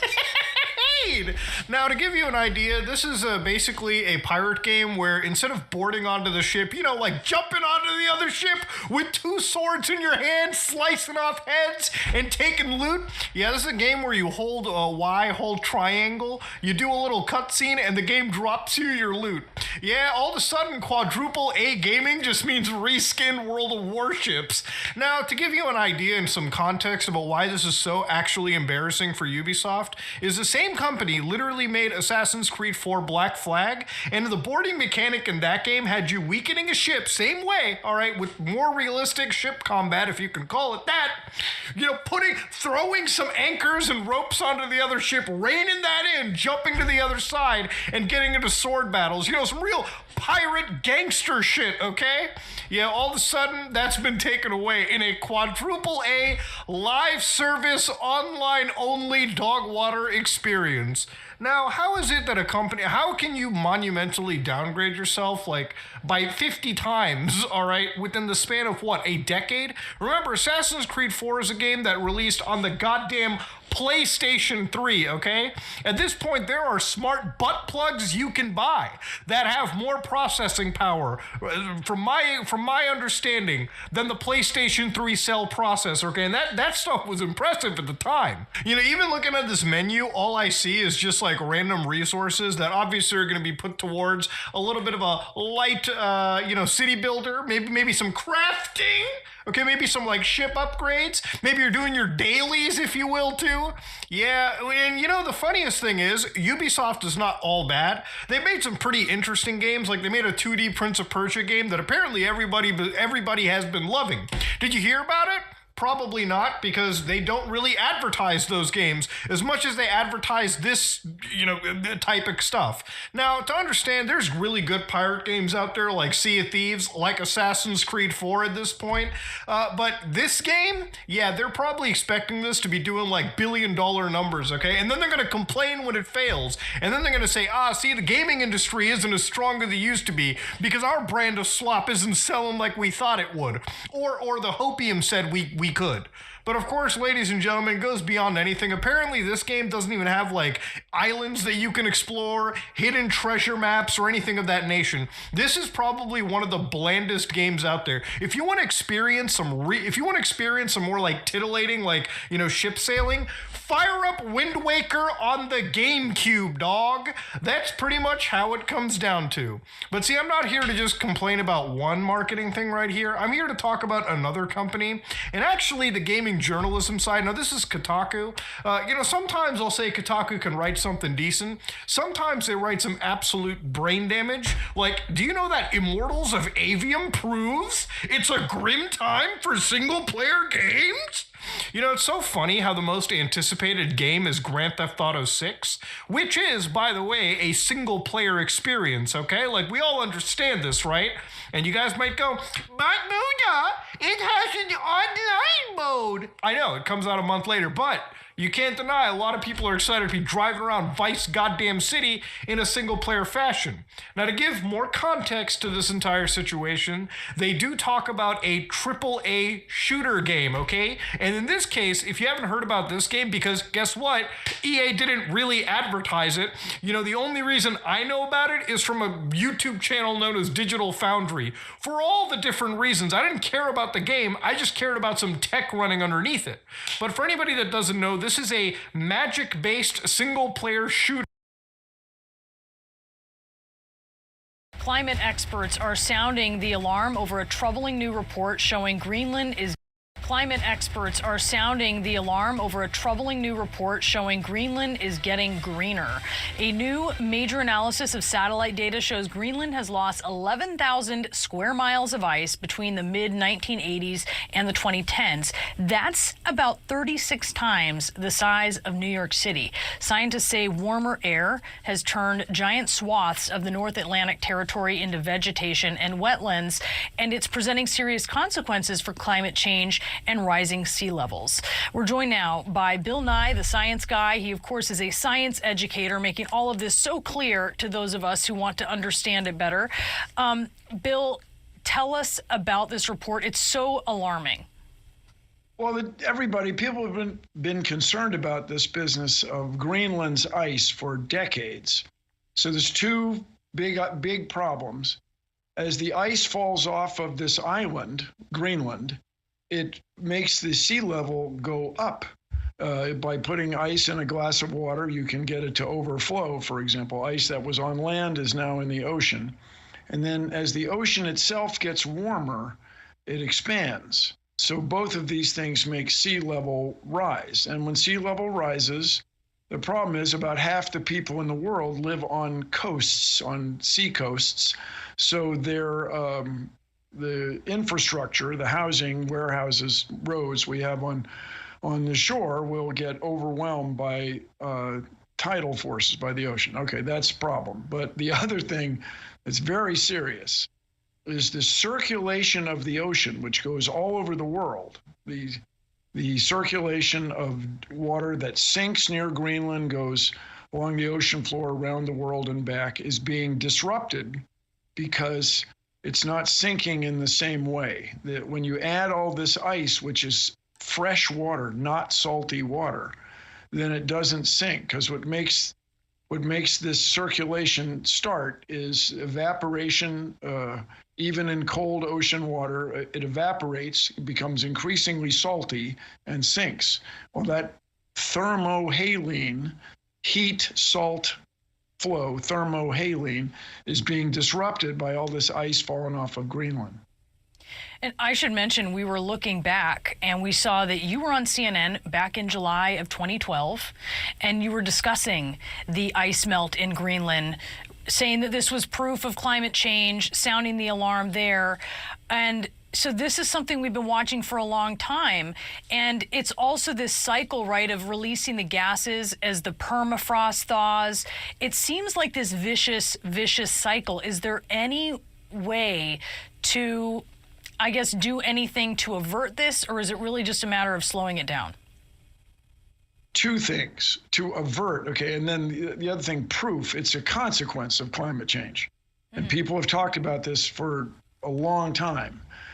So if you want to get technical, which is fun, the Gulf Stream is what happens on the surface. It's this clockwise circulation. It keeps Europe warm and so on.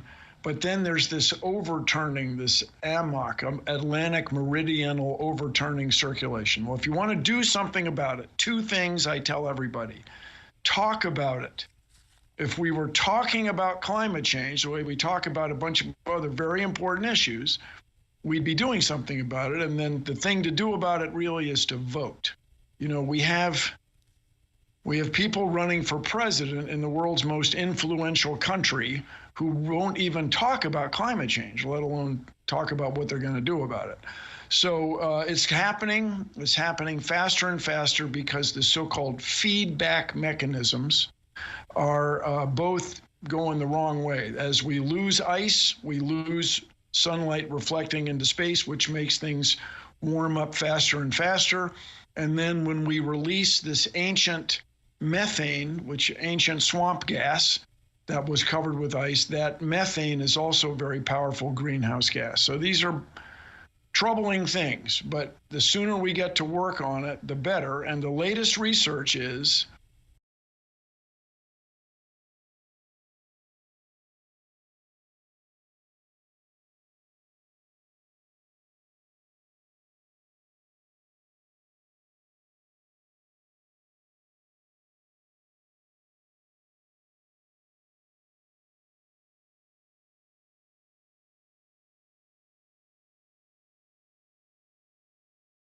Back here in Washington, fears of a serious new threat to U.S. national security. CBS News has learned the U.S. has informed Congress of new intelligence about Russian plans to put a nuclear-capable weapon in space that could threaten U.S. satellites. CBS's Ed O'Keefe has new reporting tonight from the White House. CBS News has learned that what's described as a serious national security threat is related to the launch of a Russian rocket last week carrying a top-secret military payload that is now in orbit. The U.S. has been tracking Russian attempts to develop a nuclear-capable weapon that could take down U.S. satellites, knocking out the ability to communicate. National Security Advisor Jake Sullivan provided no detail, but didn't deny a threat exists. It is impossible to answer with a straight yes, right? Because Americans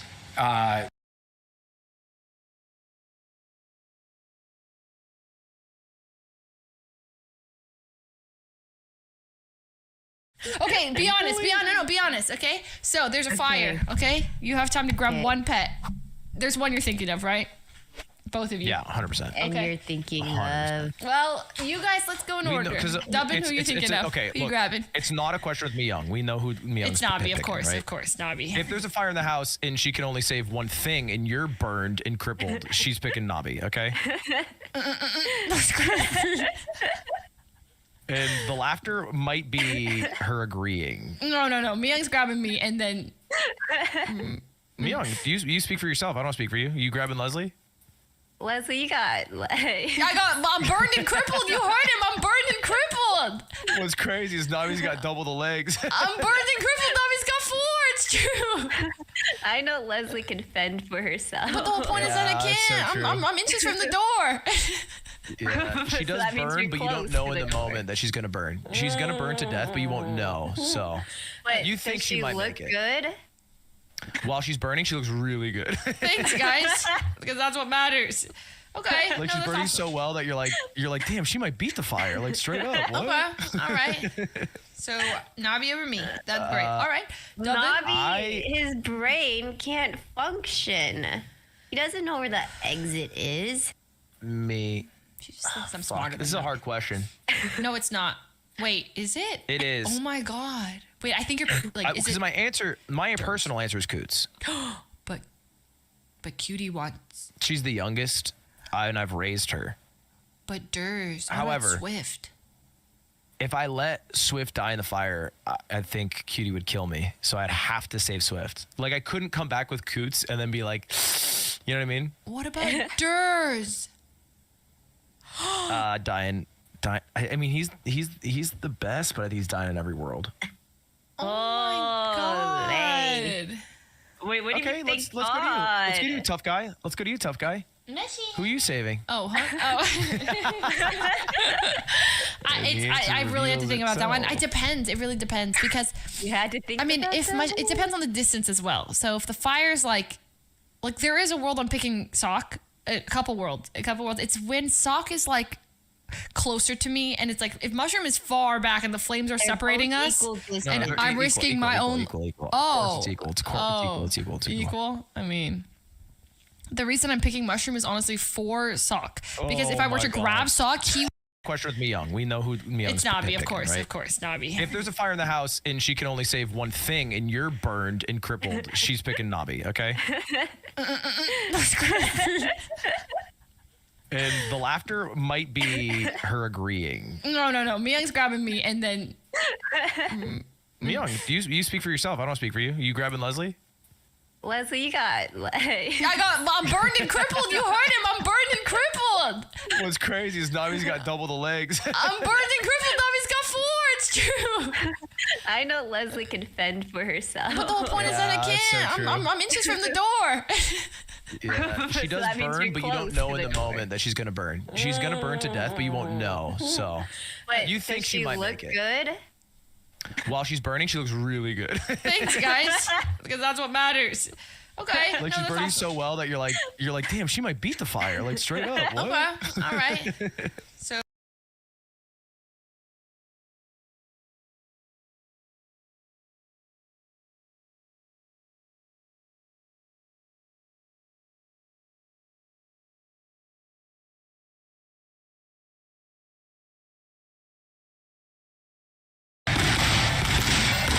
Yes. Beautiful.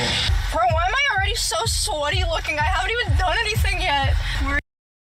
To learn anything, Yeah, especially with fighting, you've got to do the super basics for a while too. Okay. Because if your feet, My arms are like, we're gonna build. throwing it out. We'll build to it. Yeah. So again, and go. Then lower your face a little bit. Bend my legs. There we go. Yes, good. Want that right elbow tucked in a little bit more of your rib cage. There we go. Yeah. Boom. Boom. And then stop. And then go again. Pop. Yes. So I want you thinking about this though. When I throw this, I want to turn all the way like that. Then I want a good fist. Yep. Okay. Now,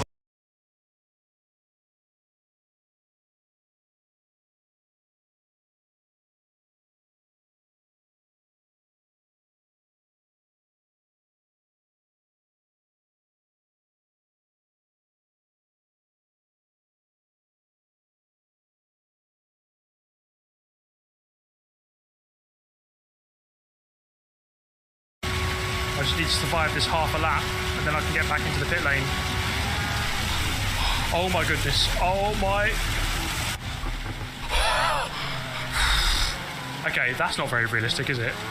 What I would say though, I truly felt fear though as I was heading into that barrier. That felt really scary. I just need to survive this half a lap, and then I can get back into the pit lane. Oh my goodness. Oh my. Okay, that's not very realistic, is it? What I would say though, I truly felt fear though as I was heading into that barrier. That felt really scary. I just need to survive this half a lap, and then I can get back into the pit lane. Oh my goodness. Oh my. Okay.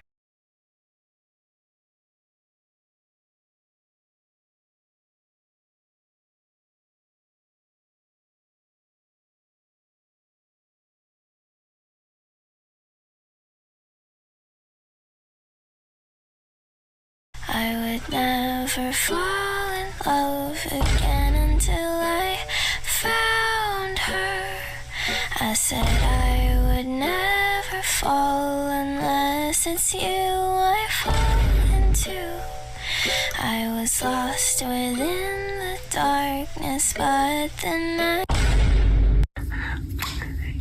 I would never fall in love.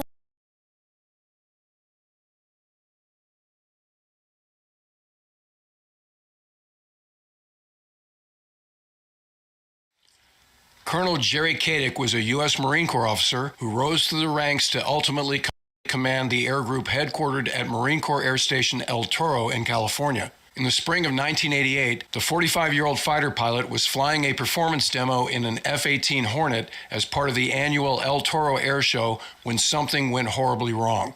Colonel Kadick was a combat-tested fighter pilot with thousands of hours in tactical jets. Aviators with his level of experience don't normally fly into the ground.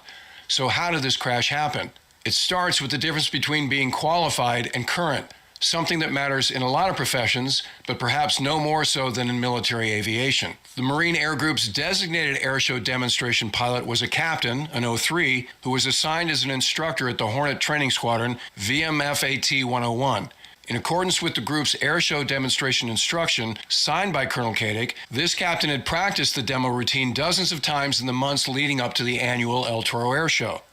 10 days before the show, Colonel Kadick informed the designated demo pilot that he would be flying the demo instead. And while unorthodox and surprising, this decision wasn't uncharacteristic of Colonel Kadick, who, according to some of his former subordinates, was capable of wielding his power and authority in what could be judged during leadership training as inappropriate ways, often seemingly just because he could. The qualified demo pilot, the captain, being a good Marine, said, "Roger that, sir," and stepped aside, assuming that the officer 3 ranks senior to him knew what he was doing. So Colonel Kadick, whose call sign was Kamikaze, by the way, started practicing for the air show with days instead of months to prepare. And over the course of those handful of practices, a troubling trend started to appear. Keith Espo Esplin was a Canadian Air Force pilot on an exchange tour as the F-18 Hornet-class desk officer at the U.S. Naval Safety Center in Norfolk, Virginia, when the 1988 El Toro Air Show happened.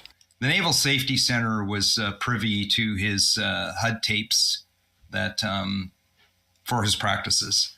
So we viewed and witnessed 3 practices. And of course, he's starting at a higher altitude to begin with, and has to work down to an air show height. I believe he starts it at 500 feet.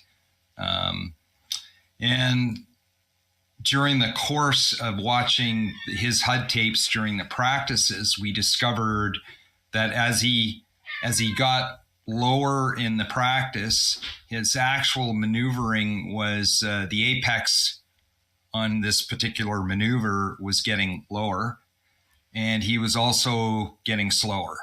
The third practice was a real eye-opener because basically when you watch his HUD tape and the nose proceeding towards the ground and then he pulls the nose up, you get a view of a hangar in the HUD tape very, very close. It was estimated by the people that were around me looking at it, it was probably in the region between 50 and 25 feet. So somewhere very close to like actually hitting a building on his third practice. The demo pilot captain watched the practices and voiced his concern, but whatever the reaction to that was up the chain of command, it didn't prevent the group commander from performing on the day of the air show. Which brings up another tenet of military aviation, and that's swallowing your pride and checking your ego if you're not hacking it, even if you're at the top of the chain of command. That's the high road, and there's no negative judgment associated with those who do it. In fact, even commanding officers of the Blue Angels have done it in recent history when they realized they were unable to keep up with the demands of the team's airborne demonstration. They told on themselves and accepted that they needed to let someone else lead the formation in spite of understanding how high visibility that call would be. But Colonel Kadick didn't do that. So on April 24th, 1988, he launched in his Hornet one of the warm-up acts before the Blue Angels were to perform in front of a crowd of 150,000 aviation fans who were enjoying a beautiful day in Southern California. The first part of his demonstration went fine, but when he got to a pull into the vertical known in aerobatic terms as an Immelman, his troubling trend from his few practice sessions reappeared. The investigators were able to piece together his exact sort of movements and speed entries into the maneuver itself. He actually started the maneuver in the first pull-up into the vertical 50 knots slow. So he's already slow. And then he didn't have the afterburner going either. So the afterburner came in about halfway up that first vertical maneuver. And therefore, it all ended up being slow and low over the top. Let's go to the training aids. According to the approved Air Group Hornet demonstration instruction, the Immelman, or hybrid Immelman, because a pure Immelman results in the airplane flying upright, should have been followed by a few seconds of inverted flight, then into a split S maneuver, which is a vertical pull towards the ground. Where things always get a little difficult, let's call it maybe a little ropey, is in the vertical maneuvering, especially when you're putting that nose down towards the ground, straight vertical. When you graphed everything out and then you take the actual data from the air show, and even in his own words, he knew where he was. Like I've seen an interview where he said, I'm at 87 knots on the top, and he's at 2,150 feet, I believe. So you take out the elevation of El Toro, which is about 338 feet. So he's got about 1,812 feet working, in a vertical maneuver where he's actually too slow at the top. Ironically, at that point, the captain who was the designated demo pilot was watching the show from the ground and reportedly turned to a squadron mate standing next to him and said, "Watch this. He always screws this up." So inverted at the top, too low and too slow, Colonel Kadick pulled the stick aft and pointed his jet straight toward the ground. You can see here he actually bunted the nose on the way down. More on that later, but he was in trouble and he knew it. To the Hornet's credit, he was able to get the nose way up, but it was too late. It's an amazing airplane, compared to other airplanes out there about, how much angle of attack it can pull. And, everybody's saying, well, he had full control. He brought the nose up. Yeah, he did. You have that ability, but you don't have any lift. The airplane slammed into the ground and skidded several thousand feet down the runway and across the infield, hitting one of the arresting gear engines and trailing flames the whole time. He survived the 75G impact, but was severely injured. His face was crushed. His neck was broken in 3 places. 5 ribs were shattered. Both legs and an arm were broken, and both ankles were splintered into hundreds of fragments. He was rushed by ambulance to a nearby civilian hospital, and surgeons who did the initial exam feared he might never walk again. Post-mishap analysis showed that Colonel Katic did have some options when he started the maneuver that ultimately went wrong. If he was processing it properly and decided to make it an Immelman and actually roll the aircraft out, probably had a reasonable chance. You know, the airplane is at an air show weight. It's in an air show configuration. Normally thrust to weight is better, and where he would have been like then 1-to-1. So if he had another 600 or 700 feet, would he have been able to actually get enough acceleration and lift to avoid hitting the ground? I was at the Naval Safety Center as the editor of Approach magazine. At the same time, Espo was the Hornet-class desk analyst. Approach is filled with articles submitted by fleet aviators talking about mistakes they made or recommendations they had for how to make.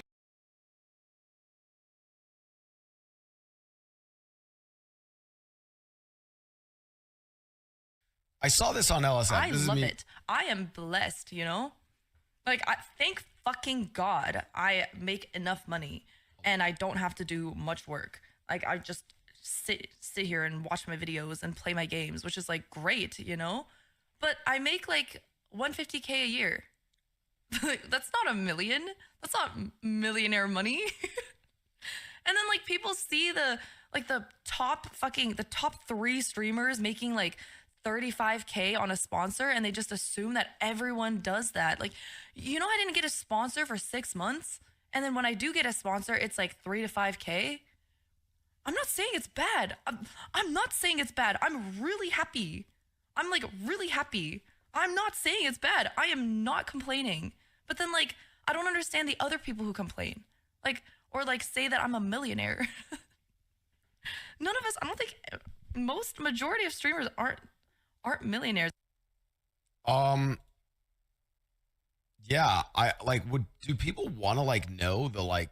I'm pretty transparent with you guys about like the money I make streaming and stuff. Mike was dying. Sorry.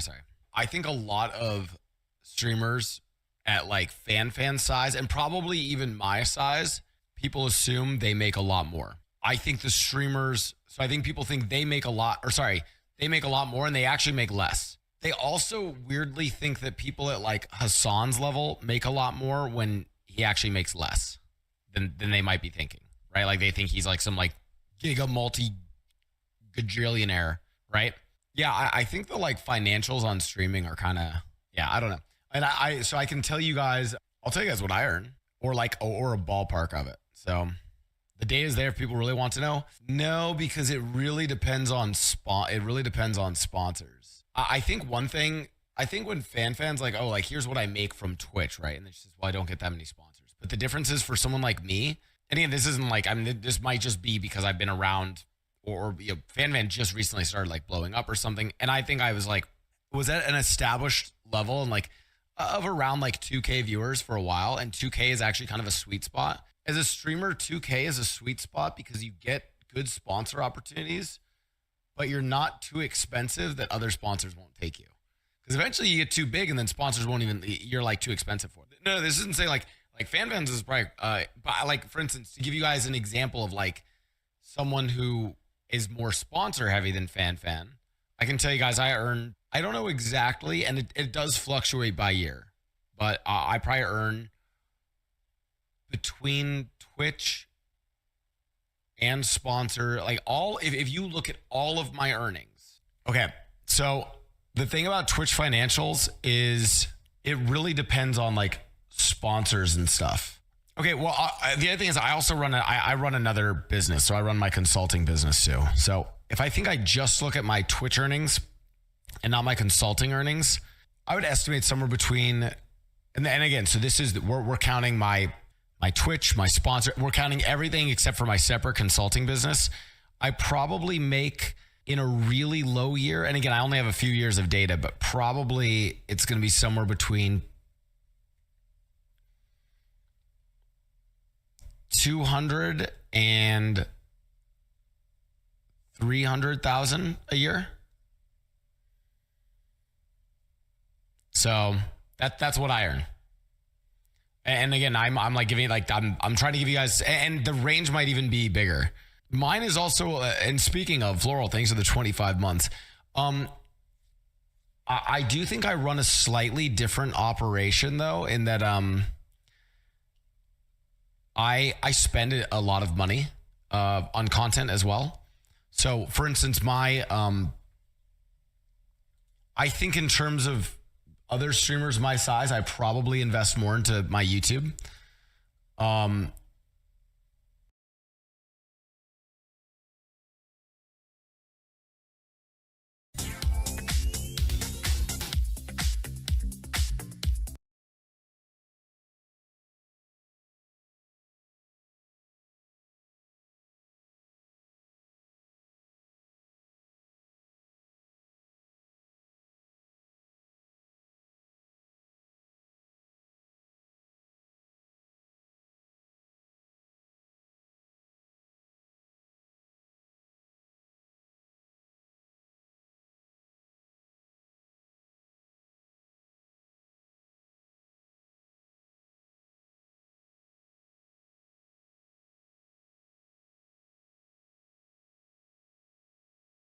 Yeah, so what they do is some cheaters will just, I've seen a video where a guy just gives call outs. The guy cheating gives call outs to the two legit players and tells them who to kill. Yeah, that went from this one. Is this a little compilation? Yeah, it's the compilation of like the best ones he's found. This is gonna be funny, bro. This is Very Bad Scav, if you guys don't know. He took the time to do all this stuff, you know what I'm saying? So if you guys enjoy this, make sure you give him the sub, okay? This video is a recap of whole cheater streamer exposure videos I've done in 2023. Do please distinguish my voice from the cheater voice from here. You can hear my voice right now and all the other voices are cheaters. This video is also purely for entertainment purposes. Do enjoy. Have fun watching. What are you talking about, dude? I've seen this one. Why? Because you kept getting shot through windows? I was sitting up here the whole time. Oh, I love this one. I've seen this one.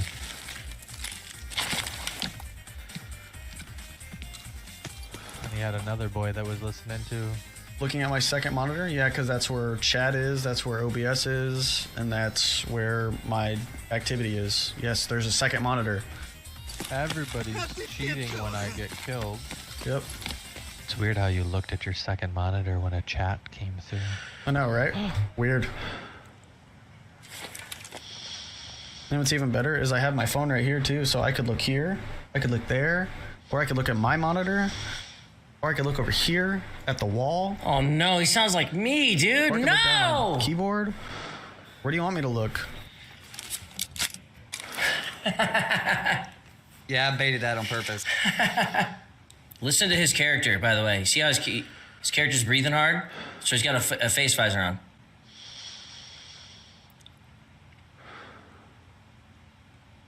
He does look at that side a lot. He already aimed here, but he felt kind of weird and then he aimed here. Wait for it, and for him to pop his head. Yeah, it's almost right.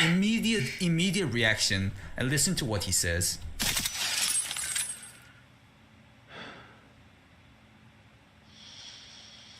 You gonna call that cheating too?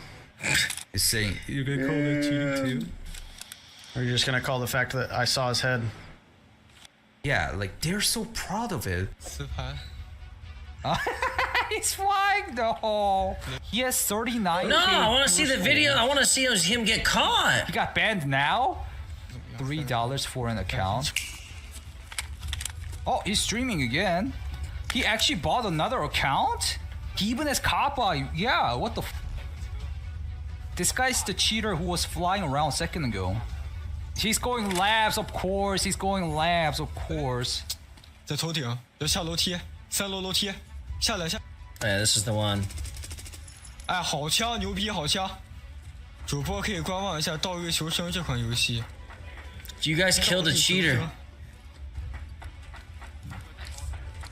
He isn't killing only callouts. You're right. That's what's happening. 手枪，手枪过来了，过来了。 He probably only kills if he has to. 出千了，出千了，出千 I 了。 hope he 出 reported 千了， him. 出千了。三个人一块打的，咱们三个留子在这个地方，能他妈跑刀的。 Level 30 T. 咱们三个人当瘤子在一块，快给一整个图流光了，流死了，快杀光了。 We almost killed whole lobby. So this guy is doing the callouts for these guys to get the kill because they don't have the cheats, but the streamer guy has the cheats. He didn't kill anyone, so he can't be banned. He But plays on a high ping, yeah. That was a problem from like 2 lives ago. Wow, interesting. They do catch cheaters. Look. The anchor is suspected of violating the rules and is undergoing rectification. Interesting. Other guy got banned. I'll show you guys what he looks like right now. From the live streaming platform, he got banned. Oh, he's streaming. Mother is back. Like he's level 19 and look at his gear, man. Look, he already looks sus, right? Look. I can't believe this guy. Look how fast he's moving. What is this now? What is this function? He can zoom? This is the guy, yeah. He proud of this cheat. He's showing again.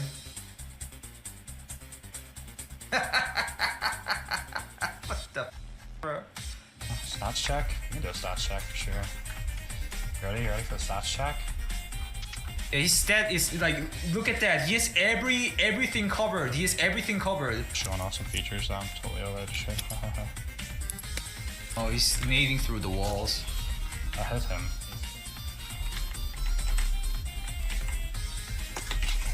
Cheating should be a crime with prison sentence? Jesus, that's a bit extreme. What about people that like mod games and they just get beat? Cheating's pretty popular, like, especially in Tarkov. Yeah, and crimes are pretty popular, especially in humanity, bro. This guy is defending himself because like cheating is popular. Oh my god.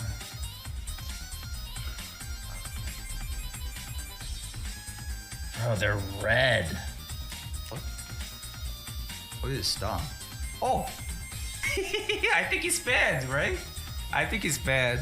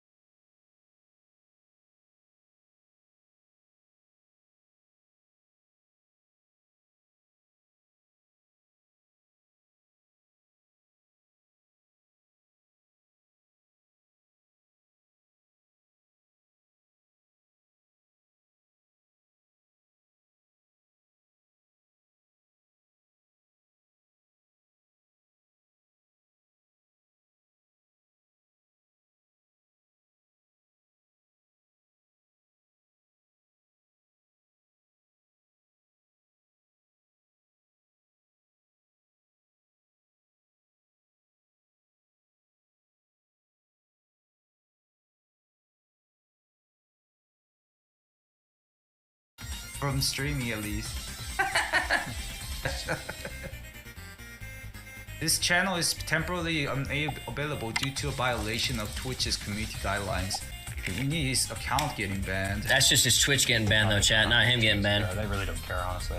How many raids can you play before ban? It's infinite raids if you know what you're doing. If you know what you're doing, you'll never get banned. I would imagine my stream would get banned, but my Tarkov won't. You won't get banned in Tarkov unless you don't get banned in Tarkov, that's all I'll say. He has a hate kink. I think he does, actually. Yeah, to the Raiders. Raiders are more cheater than this guy. Oh, he's banned! Finally! I thought he got killed by... He got banned. So we skipped there, right? We're on a different one now? That's not the guy who got banned that was talking, was it? That was him? Oh, homie, why are you? Silver guy. Me up. Let me see that.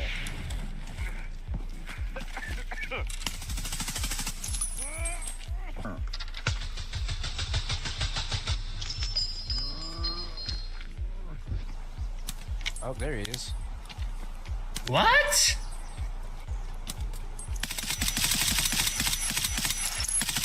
Look how he's tracking him too. Absolutely get away.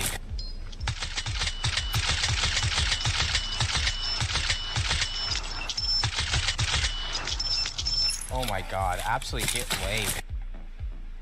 Running up on me now. Get laid, dude. Get laid. Oh, yep, there he is. Bro, this double scoping nonsense. I got him. Yeah. Yeah, Bro, I think, guys. This guy's got the the soft aim part is really like 95% sus. Bro, that guy's got... Bro, are you cheating like for real? I wish, dog. Yeah, right. Let me check that, dog. I'm gonna click that and it's gonna be some, isn't it? He's checking it with his smartphone or something. Yeah, I think, guys. I can hear it. The soft aim part is really like 95% sus. You guys can hear it? Why is not what? Yeah. So yeah, you guys can go check out that video. So that whole thing there was, I had not Twitch, but Discord open, and I had my buddy's video rolling. I had a whole bunch of stuff that was working. So every single time I went to go zoom in and shoot, it literally was not working at all. I was lagging the shit out. That whole game was laggy. My ping was running high. Every single time I zoomed in, my zoom would come out. I kept hitting the wrong buttons, so shots were looking like shit. This guy must have been so mad that I killed him, probably in a game, and then he just called me out, which is fine. I don't care. Bro, how are you tracking this guy? Your gun is half your screen! Appreciate you, dog. I'm just, I'm chatting it up. People are allowed to think what they want. It's okay. I'm not gonna be upset about it. But yeah, you're right. I'm at 78 followers and you guys are in here making it more better for me. Let's watch him play. Uh-oh. He said he's gonna play the exact same gun. Tries to prove innocence with same gun. Hate everything exactly the same. I don't need to show you, I can just tell you the truth. Show you too, but I will wait after this game because I'm gonna show you guys because everyone wants to do the video, everyone wants to do this, everyone wants to do that. It's like holy hell. It's not that hard to get that many kills. In the beginning of the game is full of enemies. And you still oh man. Out of the headset. You can see at this point, my main focus is just gonna run and go kill people. We're gonna go in there and I'm gonna go kill people. I don't really give a fuck about anything else. You made the video about the kills. You're gonna see the kills. You don't need a headset, dude. Okay, report me. I'm just gonna run at everybody. I'm gonna go in and have fun. I'm having fun. Let's do it. Let's have fun, guys. Yay. Oh man, he's getting nervous. You can tell, dude. He's a fraud. I told you. Yep. You got me, guys. Good job. You thought he's like scared, so he's like overanalyzing and expressing himself. 6. Yeah. Does that work for you guys like that right here? Okay, cool. Let's go. Straight to med camp. Here we go. And this is about the last one I can do before Yo, I he get my kids defaults up his and gun go to on school. 6x? So this is what you're getting. Are you ready? You ready? Most of my shots started from down here and went up. What happened to that guy? He died. Oh, he didn't die. So we did another spray. Another spray, shot at the feet. Bruh. See how his legs are broken? That's Which what means happens, things are bro. being made. That's what happens when you full auto. Now you're learning it for the first time. I mean, even Sprash and He's Amy are learning here, it dude. now. You guys are upset that it's not fucking.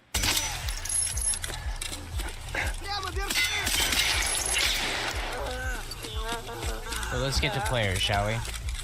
It's not different. It literally is not different. If that scav was facing me, while the bullets went up his body into him, it would have hit his fucking head. But not, it hit his legs and went down. It's not different. Bro, that's such a dude. That's how can you believe someone that says they shoot by letting the recoil free ball from his fucking feet to his head on a double scope where you're like looking zoomed in on the dude's calf?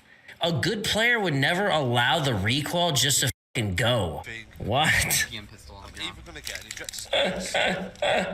To an extent that works, but you don't do it from the fucking calf to his head. If I get more than one, you can have one. Yeah. Okay. Oh shit. Okay. Yo, is that just like the fakest reaction on the planet or what, dude? Okay. Oh shit. Okay. I'll take the kill. That's got to be the hardest part about being. I wonder if people are streaming and they have the loot on as well, right? And they have to like fake react to shit. You feel like that? I feel like that'd be hard as hell. That's good if you want to. Take it. He's like, That's what oh, this guy does, shot. dude. Get ready, buckle in.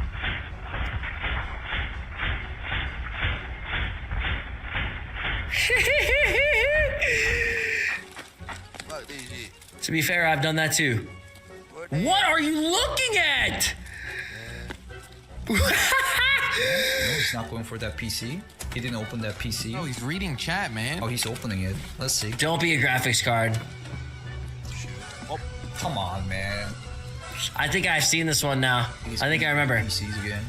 Don't do it. Oh. Yeah. Come here. Bro, this fake reactions. There was like total of like 8 PCs until now. He found two GPUs out of 2 PCs, man.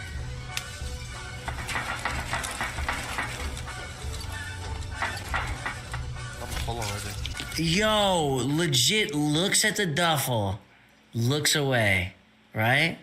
Damn. He's doing it to all of them. These random bags. Okay, yeah, he's doing it again. He's doing it again. This is all. Oh wow. ETG. I think he knows that I think he's not trying. Ohio Sigma. His name is Ohio Sigma. I haven't seen this one. I got 20 viewers. Why are you streaming it? Are they gonna see your name? No, I just blocked that. No, you showed your name, bro. You're Ohio Sigma, man. Somebody type in Ohio Sigma. We know your name, bro. This kid thought he blocked it. Oh shit, they got my crap. Holy fucking aimbot! Did he say, oh shit, they got my crap? Yeah, kill one. Listen to them. They're kids. They're like 10-year-olds.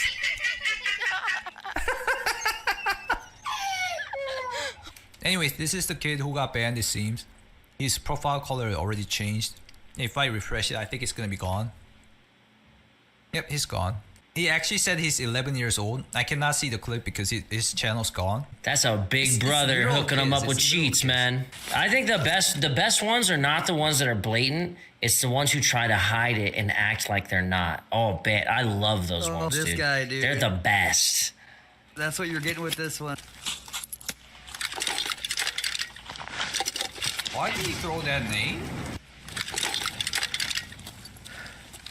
Yo, look how much he's staring at that left, dude. There's someone to his left, right? So there's normally campers in here and round here. Wow. He's making excuses.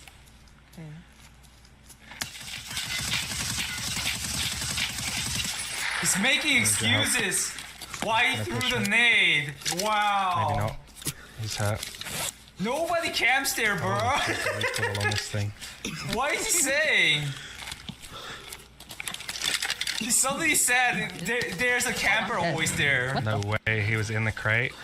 Yeah. He's saying no way he was in the crate. Yeah. Have we've got right hand or left hand? We have left hand.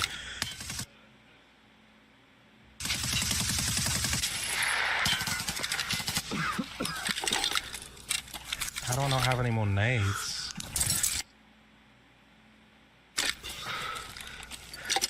I should stop trying to use that one.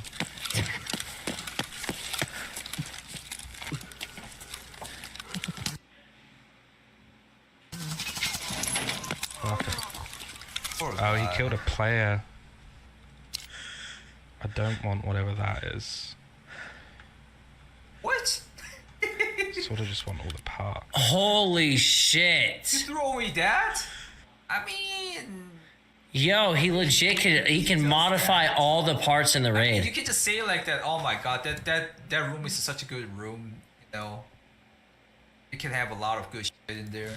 Purely because of what would you have done this here? Key. Right now there is. Hold on, I'll show you. I'll tell you. 2.5, 3.4 million rubles. Oh, sorry, 4.4 million rubles sat through this door. What the f is he saying that? What? He was acting so hard to not be a Keeps on cheater acting. and Oh. says smiling. Oh, it's just bullshit, I guess, yeah. What? So if you've got a... Is he literally using the cheat again? If you want to bring your survival rate up, I wouldn't, if you do play with other players, I wouldn't play with more than 3 unless you know them really well, just because the callouts can get confusing and such. Aside from that, if you are... Patience is my first 2 wipes. I really... Wow, he's explaining how he's good at the game.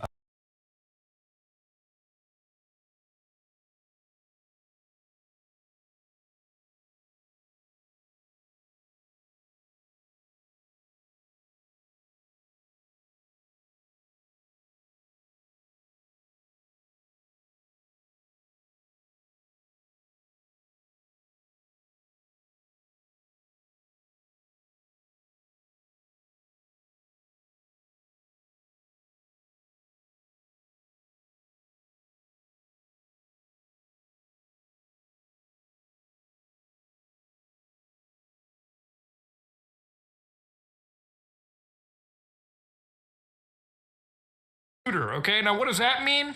That means they're appealing to the Call of Duty crowd. You know, the same gamers who are like, where are we dropping in Warzone? It's the only game that they play, okay? Now, let me give you the crossover between Call of Duty nut jobs and single player shooter nut jobs. Absolutely fucking zero, okay? Maybe if you factor in like, you know, just some margins, maybe like 1 or 2%. But clearly billing your game as Call of Duty with magic probably isn't the smartest option too. Now, obviously it wasn't marketed enough, but you know the best part is they released it next to an indie game known as Baldur's Gate 3.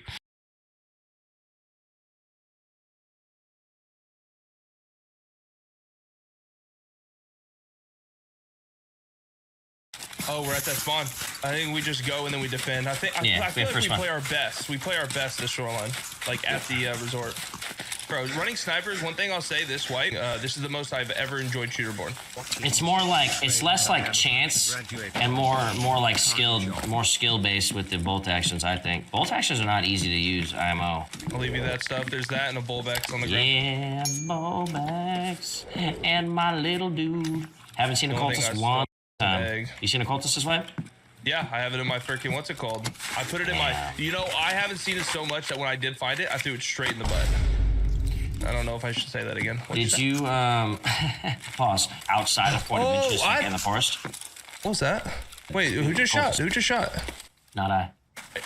No, I have not seen actual cultists. I thought you were talking about the doll you just picked up, the cultist version of that doll. Oh, no. I picked up a million of those. I mean, yeah, the cultist dudes. I probably have over 200 nighttime raids, and no, never seen one. Be careful. There's someone might be with us in East. I'm peeking end of Skybridge. Okay. Who's that running? Not I. Not I. From admin? Yep. Multiple. Are you second or third? I'm third, coming down to first now. You're second? Yeah, I'm keeping it quiet. I am second. Take the first floor. Yep, they shot me. I'm running to you. Running. Me. No. Me. I didn't know you were on my floor. I thought you were third, so I apologize. I'm so sorry, brother.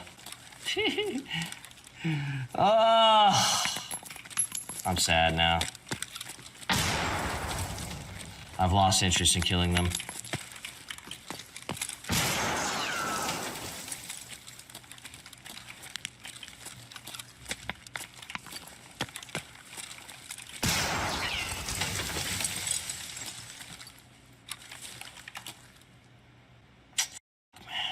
I haven't TK'd in a while.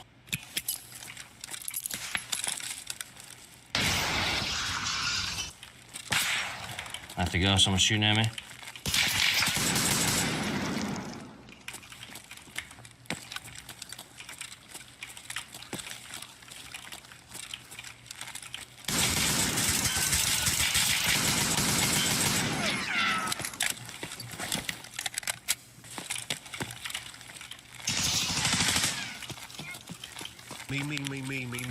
Me. I don't care. Die.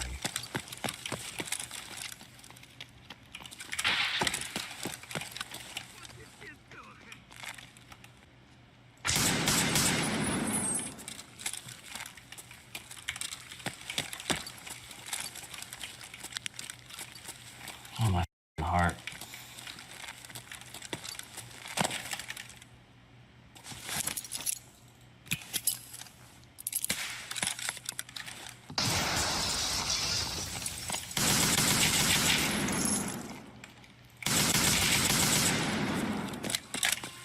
I'm so sorry, bros, for killing Hutch like that, man. My brain just turned off. Not at a good time, I guess. Well, I figured out where that dude was. He was the guy that I shot at on the stairs, so I figured he was first in that hitting wood.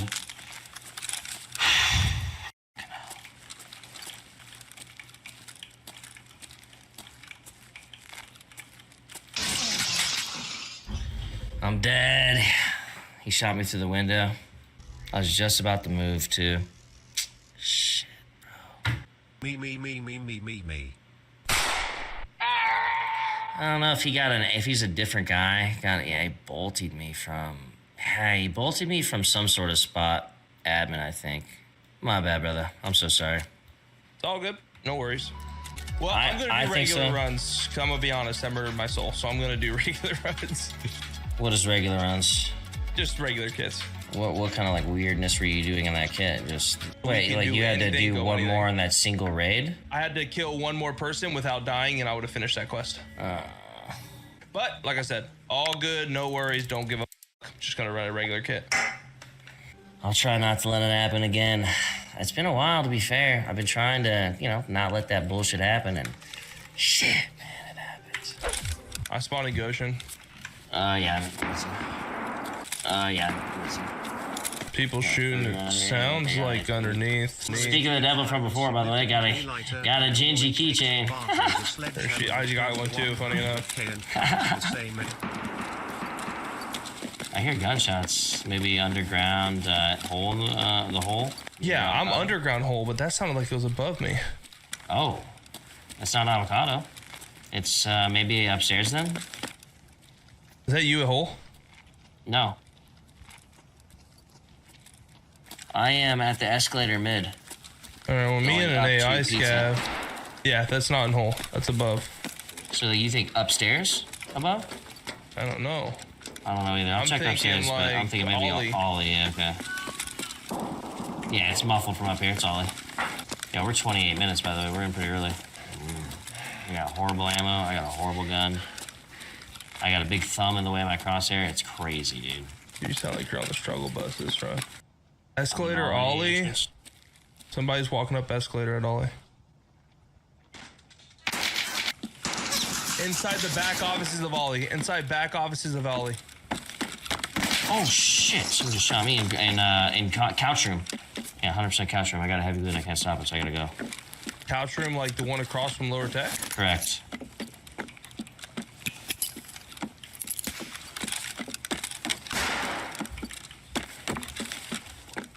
You big fucking thumb. And deep, like back. Like middle of it or something. I don't know. That you find him? Yeah.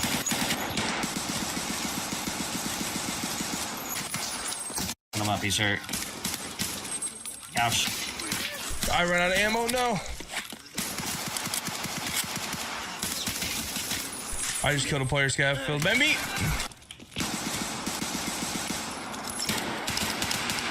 I just killed a player scav filled by me. That were you? Well, I put you out of your misery for a good reason then. Did we kill this guy? Yeah, okay, I'm getting killed. I'm gonna let this guy kill me. I think it's over. I killed you twice in a row. This was a player. Who got him? I don't know if my name's Armin. I'm Armin. Oh, you killed this guy then. Good job, Hush. Do you want to heal, man? I think I'm dead, brother. You're about to get all this loot. What do you need? What do you need? I got this much. Yeah, I need one more S mark.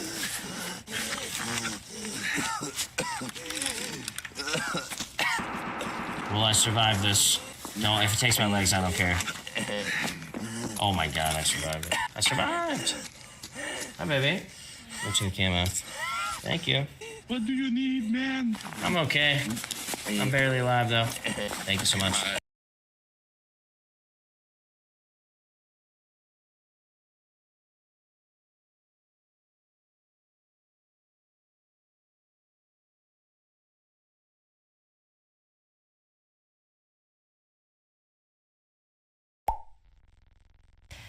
Terrible guess. Terrible guess. Ooh, not so bad. Okay. So now we have good information. It's probably RA and then CRA. What about Scram? Oh, Scram.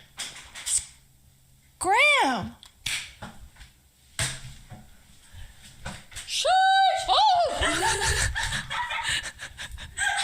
Bro! Why are you there? Well, I can't. I almost see straight into you. like what the hell? Well, I can't hang out now. No, you can't. I just didn't expect you to be here. I can't. What? That's Hanging out insane. for No, you can hang out. You can hang out. I'm just saying. Oh no, I wasn't telling you. Crazy. I wasn't telling you to scram. She said scram. I didn't say scram. The Wordle said scram. Sick and hurtful.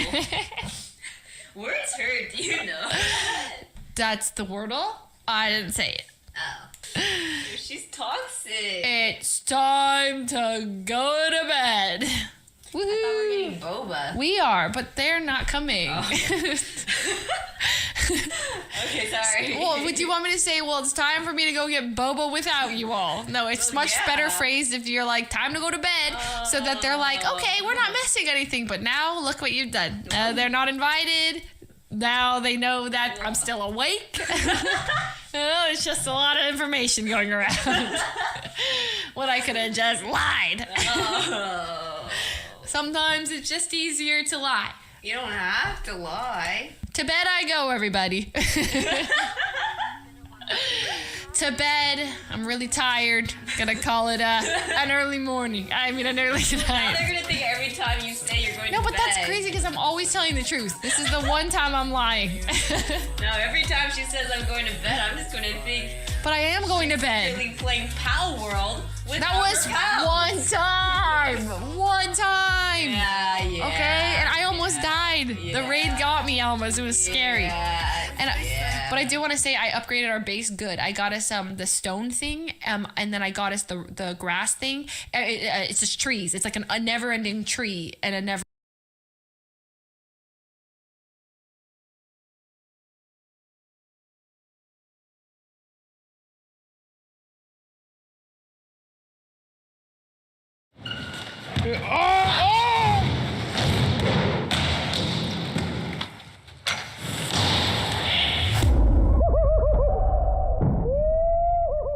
All right, what is going on, everyone? I'm here today with Jimbo, Air Dolphin, Montre, and they are the world's best, most peak male athletic rollerbladers. Hey, especially my man right here. That's right. That's right. He's gonna ditch the stairs.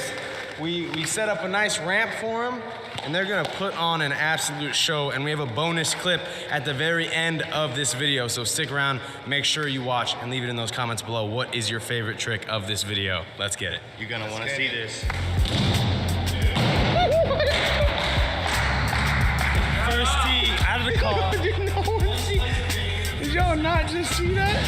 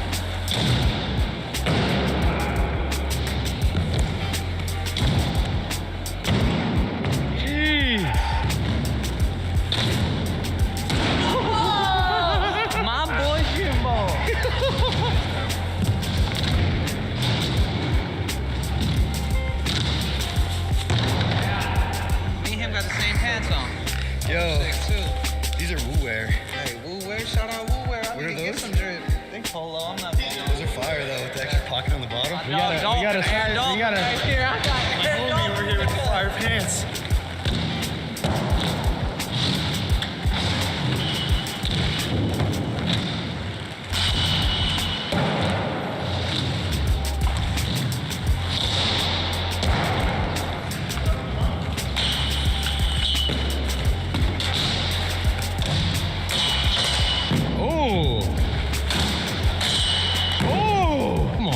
You got that? I don't. Whoa! You for sure got that. Let's go.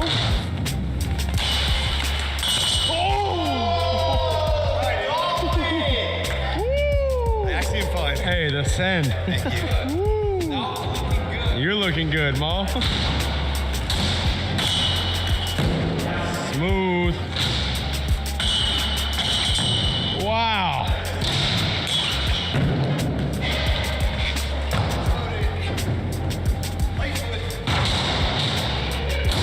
Wow.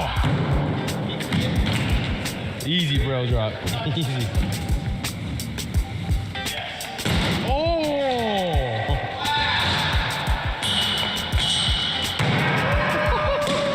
Oh my. On that note, should we cut the tape? I'm out, dog. Should we leave?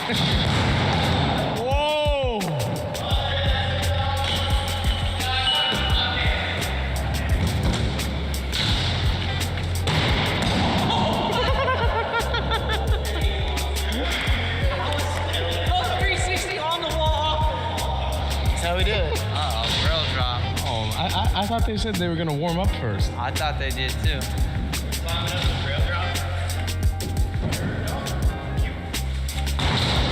Wow. Yeah.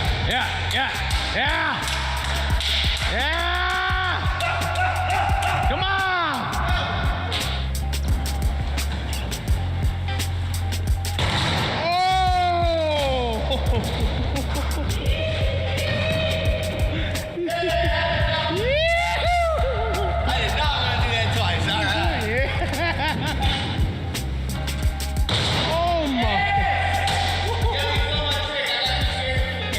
Livingston right now is about to do the braille drop. Watch this fakey 360, and he's the master.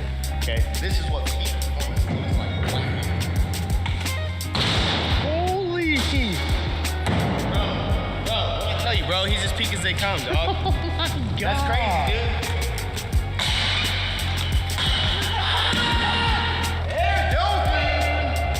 Dude, look at those blue hair, dude. He's so vascular.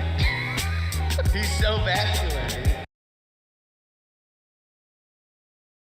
So far on this mini-series, we have looked at debunking two separate flat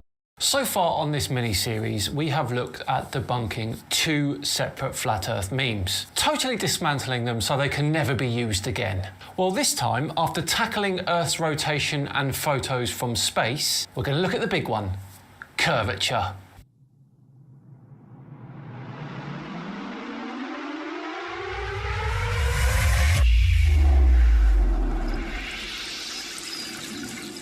Hello all and welcome along to another episode of Debunking Flat Earth Memes with me, Simon Dan. Thank you very much for joining me. But before we begin today, a quick thank you to the sponsor of today's video, Squarespace. Squarespace is the all-in-one website platform for entrepreneurs and businesses to stand out and succeed online. Whether you're just starting out or managing a growing brand, Squarespace makes it easy to create a beautiful website, engage with your audience, and sell anything from products to content to time. All in one place, all on your terms. And as usual, I'm still working on the Run Man Dan website. I have to say, the next generation website design system from Squarespace, Fluid Engine, means it has never been easier for anyone to unlock the creativity you need to make the website you want. Now, you start with a best-in-class website template to do what you want so that your idea, brand or business stands out online on every device. As you all know, I'm an ultra trail runner. I bang on about it enough, so I love the outdoors and being in and around it. So this nature template was perfect for the website.